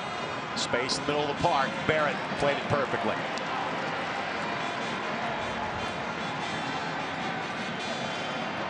And now Pasher with the Jets turned on. Kelly the supporting run. Pasher left foot. There you go. Number 9 for Tyler Pasher. And the Indy 11 get the game's first goal.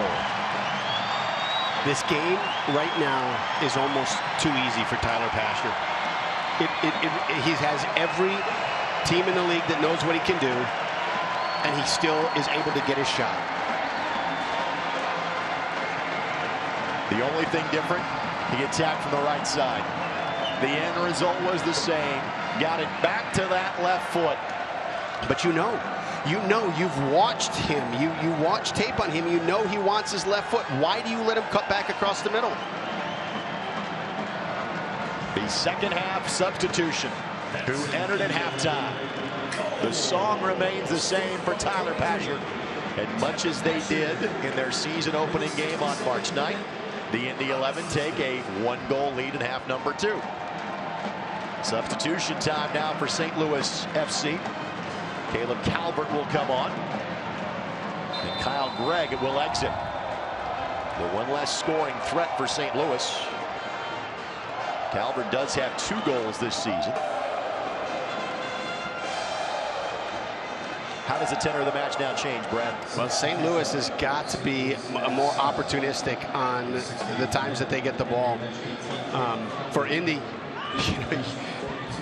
you're playing a great game. Now you don't have to go forward. Now you've got the ability to kill off a little bit of time in moments like this.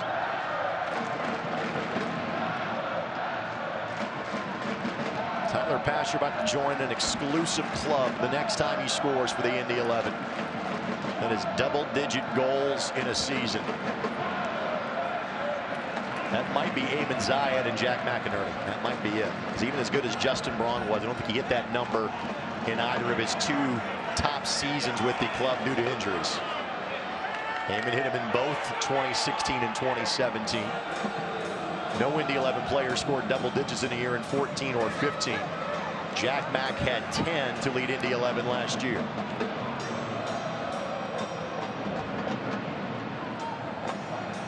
And you take a look at how St. Louis came out in the first 15 minutes of this half with high pressure, and the first 15 minutes of the game with high pressure. And you know, sometimes when you play that gamble and you burn that much fuel early in a match, do you have it in moments like this where you have to now pressure?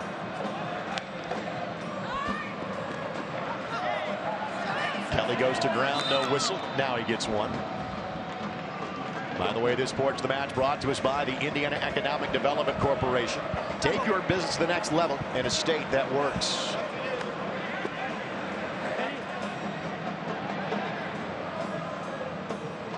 A familiar refrain for Indy 11 fans. Second half goals here in games at Lucas Oil Stadium. Last time out, it was a 2-0 victory over Loudoun United.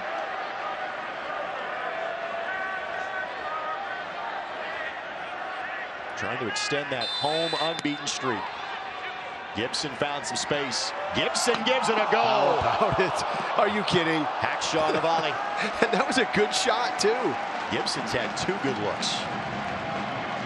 And Hackshaw's effort wasn't bad either. No, I'll tell you, that was going to be on frame. It's one of those moments where everything's working right now. And if you're St. Louis, you got to be frustrated. You were playing a pretty good match. And I think Gomez got a piece of that, or that's going in for Gibson. Yeah. Second substitution. Matt Boehner, player we've seen here before. He is from the Cincinnati area. Played in Indianapolis against the 11 during the NASL days with the Jacksonville Armada. So Boehner enters. Paris G will exit. Walker trying to get the turf bounce to go up and over Gomez. We are seeing the Indy 11 deal from the bottom half of the deck a few times tonight. And I tell you, and it's one of those moments where whatever card you're throwing is the right card. They are not missing decisions, execution. Everything is clicking right now. And in theory, even though you played a friendly on Tuesday, when you've had 15 days off, your last sizable gap of the season, if there was a time to introduce some new things, this was the time.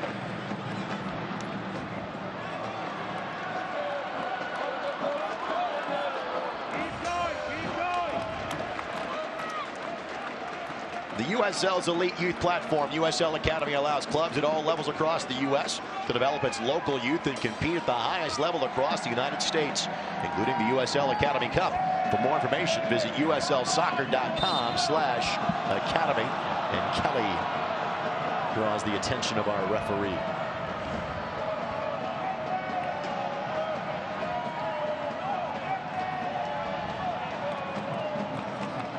The extended arm draws the foul, and Mr. Fernandez may be in an ice bath on the bus home to St. Louis tonight.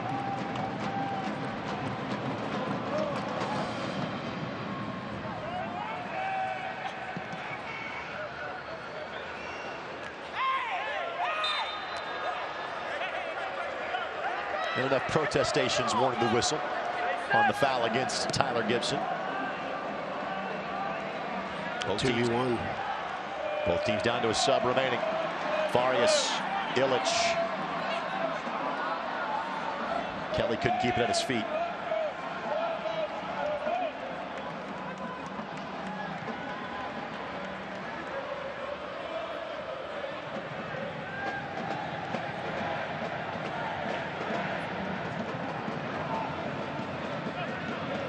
This result holds. The Indy 11 will jump into 4th place with 43 points, and having 3 matches in hand and being 4 points back of first place Red Bulls 2, 3 points back and 2 matches in hand of second place Tampa Bay, and 2 points back and 3 matches in hand with Nashville SC.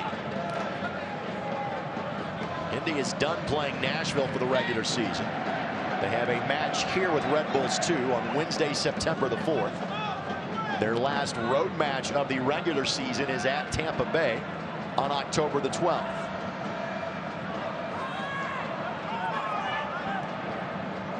It's a good find. Handball. It's a good ball by Hilton.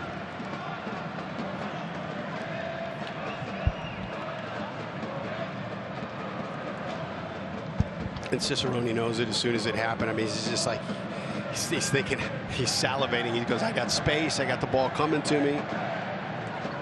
This portion of this match presented by Ivy Tech. Careers start here. Apply for free at ivytech.edu. By the way, Tyler Blackwood about to make his St. Louis debut. Just acquired from Sacramento.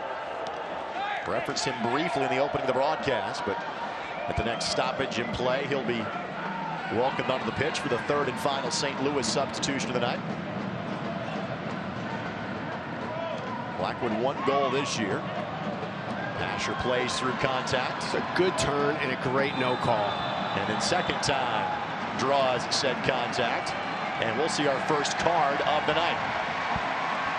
So first yellow of the evening. And it's going to be Fernandez. And I think he has given all he has to give at this point. I'll tell you what, you know, this is a great piece of officiating, because the whistle went to his mouth on the first foul. He was ready to call the foul. Pasher fought through it, didn't go down, was able to still create something dangerous from it. He let it play to see if it would develop into anything. So Fernandez exits, and here comes Blackwood, native of England. And 22 goals the last 3 years in the Western Conference, but just 1 this season. Now gets an opportunity here in St. Louis. Leaving the match 20, Paulo Fernandez. Walker. Couldn't fire it through. Possession remains in favor of the Indy 11.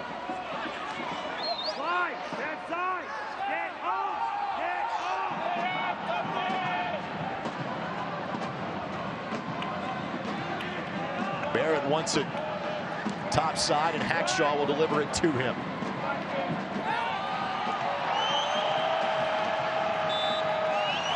And Boehner got to it.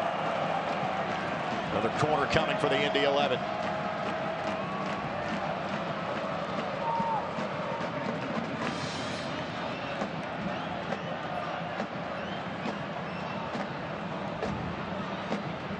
We will see a new member of the Indy 11 make their debut in the very near future.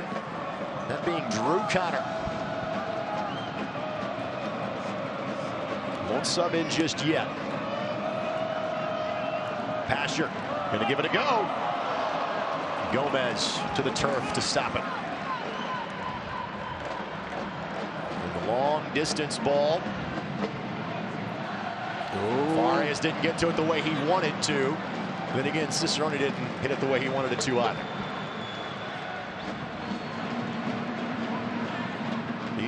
You talked about hitting those counter opportunities quickly in the first half. They didn't.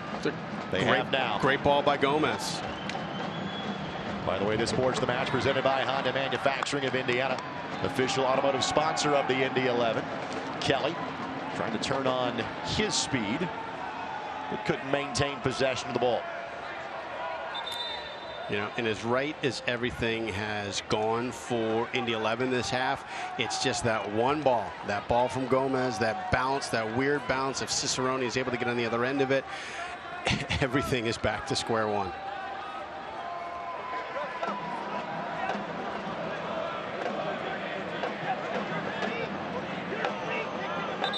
There you see Drew Connor. He's going to come in for Ilya Illich. So Connor makes his Indy 11 debut. Spent time with the Chicago Fire, but was playing in the Czech Republic earlier this year. The team nearly brought him in during the offseason. That didn't work out. And this will be more of a defensive-minded substitution. He is more of a midfielder. So back to looking at two up top with Kelly and Pasher now for the rest of the game. I'll tell you what, you know, you got two pacey guys. You don't, you know, you just need a guy in there that can gather the ball and find the seam and send a guy in.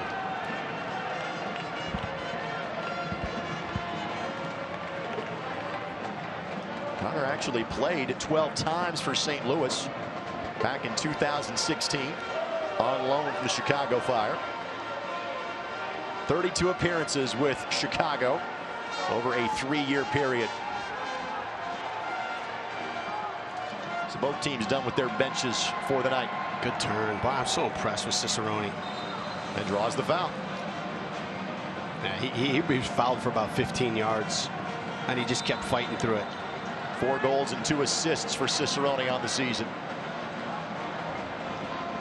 I think St. Louis realizes their window is now. Great tackle by Connor. 25 years of age is Connor.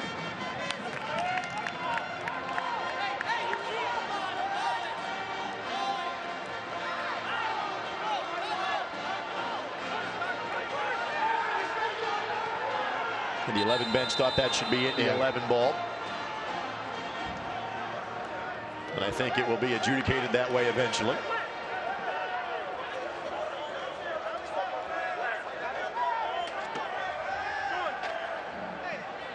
Fans, you can tune into ESPN News on Wednesday at 7 o'clock Eastern for the next edition of Wednesday Night Soccer.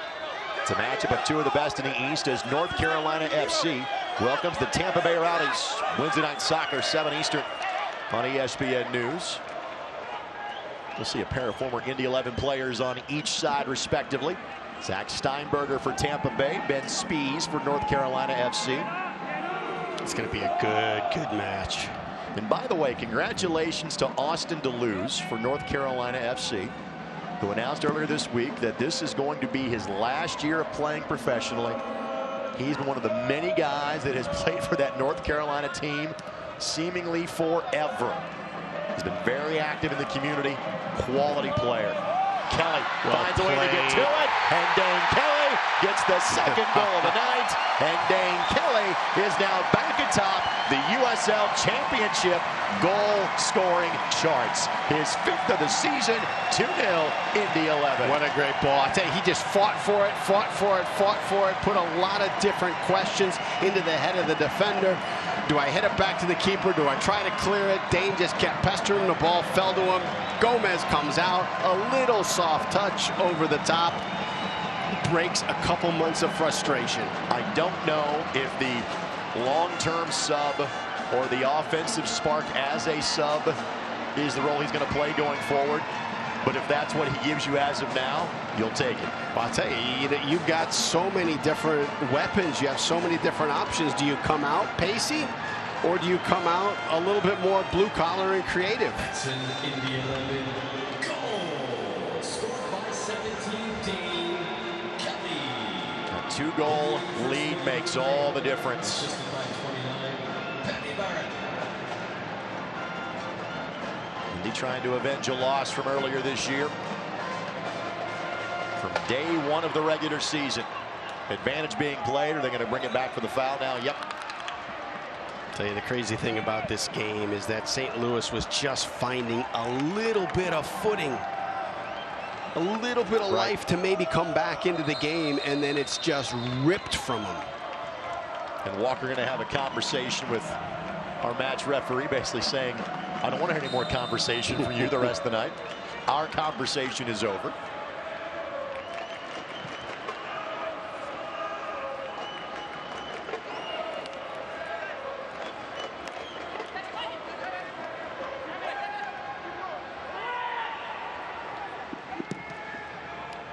What a well-played ball.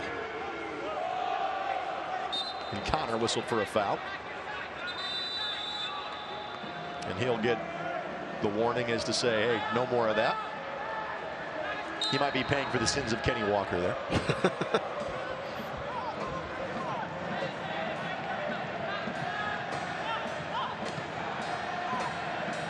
Opportunity here. Yeah. Hackshaw knocks it outside of the 18. Umar. Oh, good overlapping run. Ball lifted in. Barrett got there first. It's little things like that. That overlapping run by Cicerone takes Farias out of cover.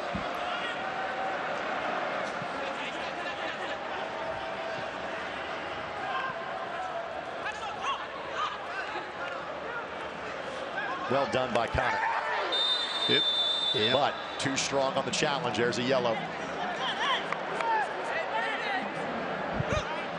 Well, we're having no problem seeing aggression on his first official day on the job with the Indy 11. A day on the job. He's been in 5 minutes. He's had 3 hard tackles. It's impressive.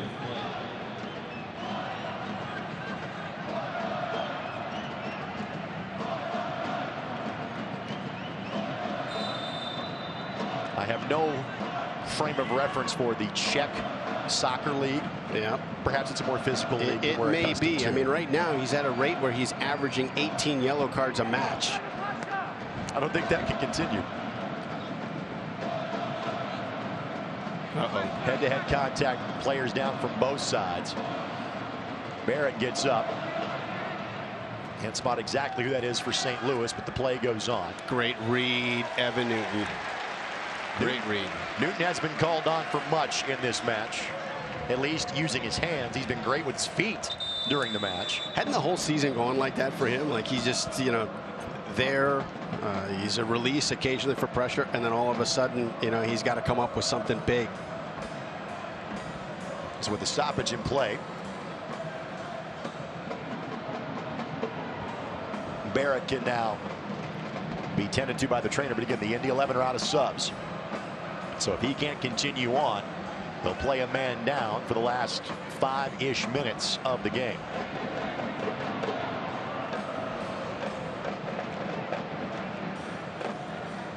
Take a look here.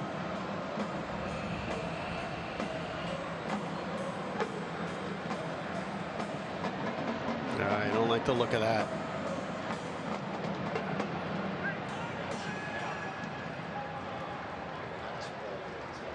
You're hoping it's just a little something cramped up, but you know the way that all developed, that non-contact injury like that. Well, he made contact with the St. Louis player about a minute before that, so he was kind of limping after that. And I thought at first it was head-to-head contact. I think they may have actually bumped knees. Was the reason you saw Patty kind of maybe come up a little bit lame at the end of that play. And my guess would be is he will do his best to be out there on the field, but not do that much movement over the last 5+ minutes of this one.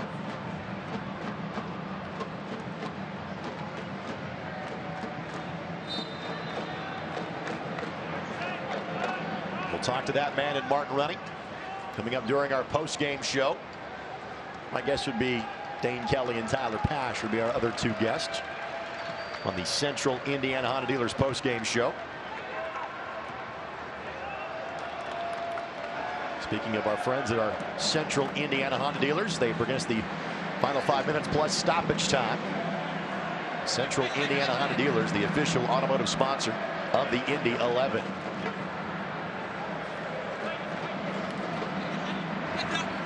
It's a clever thought. Great read by Hackshaw. You can see why this St. Louis team made the run they did in the Open Cup. You can see why they won 4 of their first 5 games out of the gate. The pieces are there. Yeah.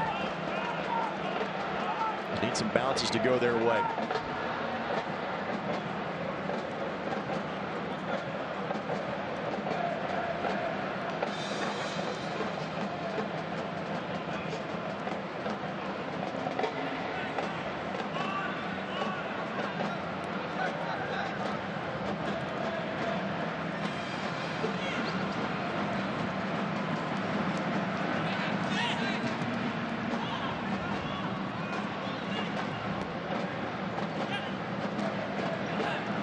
Ball stayed in play.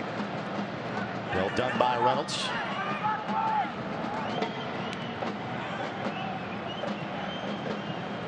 Farias.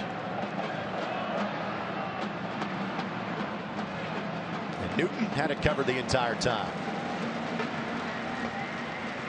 Wherever you go, you can take the boys in blue with you. Download the all-new Indy 11 app in the Apple Store or get it on Google Play. Rare turnover. That's off the head of Blackwood, though. Goal kick coming for Evan Newton.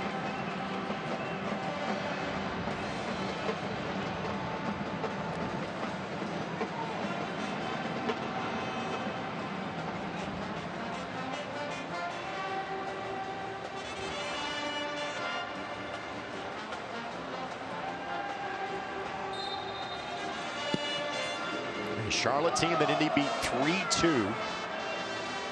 And literally they are playing the 2 teams in order over these 2 Sundays that they played to start the season. What a ball. Great tackle. That was great, because Cicerone was gone if Batty Barrett doesn't get his foot in there. By the way, I'm looking outside and seeing why today's reason we enjoy playing indoor soccer.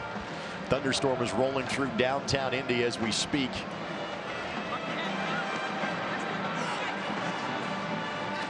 Reynolds steers it in. Credit St. Louis, they're not going away. Down 2 goals in the 90th minute.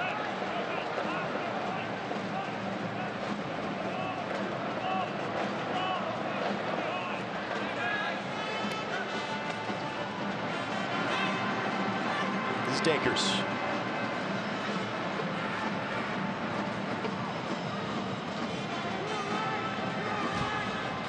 Good job by Indy closing every channel. That's what they've done all year. For their 11th clean sheet of the season. But again, they have allowed 2 goals in this building this season. One on June 1st, one on June 29th.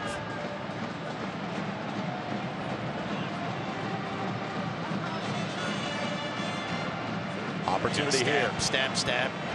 Dakers with the left foot, doesn't get through.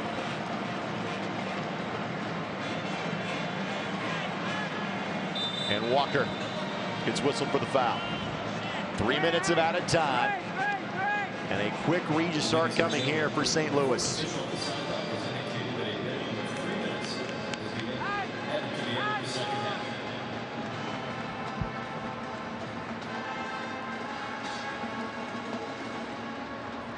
Veteran move by Iose and others. Yeah, it's so important too, and it's one of the things, you know, we tell young players all the time. You know, whether your goalkeeper steps to the post or he's out of position, you get somebody to step up to that ball, make them ask for 10 yards so that you at least get the chance to organize yourself defensively. Little tussle along the wall. Frankly, that takes just more time off the clock. Much like Eugene Starikoff had 45 minutes in it tonight, I think my voice had about 45 minutes in it tonight. Well, you opportunity here. That's a goal. What a ball. St. Louis got one back. Third goal of the season allowed by the Indy 11 at home. And St. Louis has a chance. Hilton gets the goal. It's 2-1. It's a heartbeat. It's a heartbeat. Is it enough to bring them back? Was it Boehner? No, it's Hilton, exactly. Yep. So Hilton gets it. His second of the season. Check that. Number 8, Look out. Can he get number 10 here? All right, that's going to take it to the corner flag and try to kill off some time. Ladies and gentlemen, your attention, please. A severe thunderstorm warning is in effect for Marion County and the area surrounding Lucas Oil Stadium. Indy 11 staff and Lucas Oil Stadium staff are recommending you stay in the building following the conclusion of tonight's game. Throw-in coming for Iose. Looks like we're getting a live studio audience for our post-game show, Brad.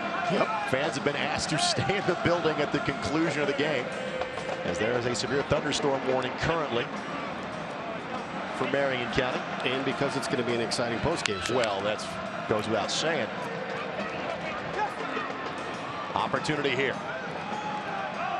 20 seconds, maybe a little bit more left for St. Louis.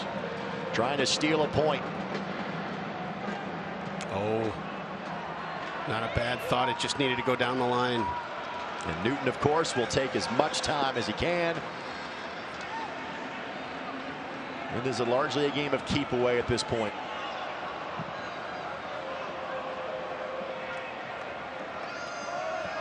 We have reached the 3-minute mark. Now, as much as we are watching the action on the field, watching the wristwatch of the referee. If Dakers had a controlling touch on that one. Could it? Yeah, that was it. I think, you know, he lets it play to see how that comes out. Credit St. Louis. Played well at the start, played well at the end. But it was Indy 11 that had the better of the night. A reversal of fortune from their meeting back on March 9th. Indy takes this one by a score of 2-1. Goals from Tyler Pasher, his 9th. A goal from Dane Kelly, his 5th. For St. Louis, a goal for Lewis Hilton, his 2nd of the season. We'll have our West Fork Whiskey shot of the game when we return, as you're watching Indy 11 Soccer on My Indy TV and ESPN+. Severe for the area surrounding Lucas Oil Stadium. Please take caution as you depart today's building. Fans are welcome to stay inside the stadium until further advisement.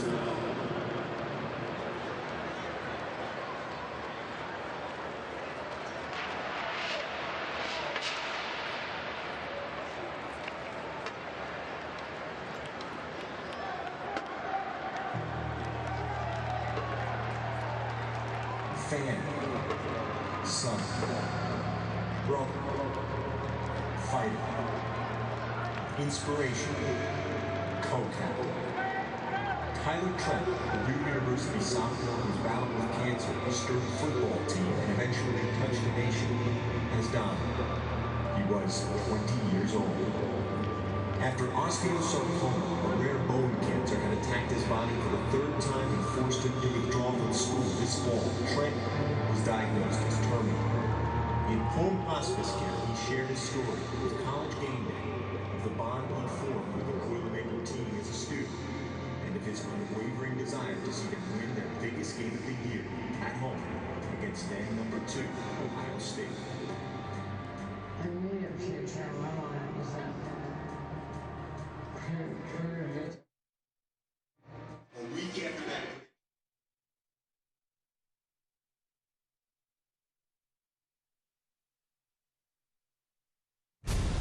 Indy 11 Soccer is brought to you by your Central Indiana Honda dealers, proud to be the official automotive sponsor of the Indy 11.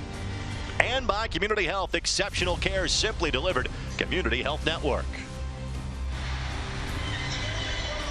Time now for our West Fork Whiskey shot of the game. West Fork Whiskey, Indiana's premier whiskey distillery, Indiana's premier goal scorer. That would be Tyler Pasher. Yeah, there's two things I'm going to tell every one of my defenders in a match against Tyler Pasher. You got to have cover behind the defender. And even though he's got a great right foot, he's lethal on the left side. Keep him on his right side. Engine number 9 for Tyler Pasher. He'll be joining us coming up momentarily during our Central Indiana Honda Dealers post-game show, and as expected, would enter as a second-half sub and made a world of difference for the Indy 11. It changes the complexion of it. You know, what St. Louis left the field with after the first 45 was some thoughts on how to solve and break down Indy 11, and then they come out for the next 45 and you're staring at Tyler Pasher. Indy entered the day in 6th. They leave the evening in 4th. And again, they are 4 points back of first place, with the first place team coming here in early September and 3 matches in hand on said New York Red Bulls too. That is such a great and comfortable place. And don't think New York doesn't know that as well. So the Indy 11 will be back at home again next Sunday night when they play the Charlotte Independents. Kickoff time the same at 6 o'clock. However, our game coverage is not done from Lucas Oil Stadium. There's a thunderstorm outside. We couldn't leave anyway. Central Indiana Honda Dealers post-game show when we return. Thank you for watching Indy 11 Soccer on MyIndy TV and ESPN+.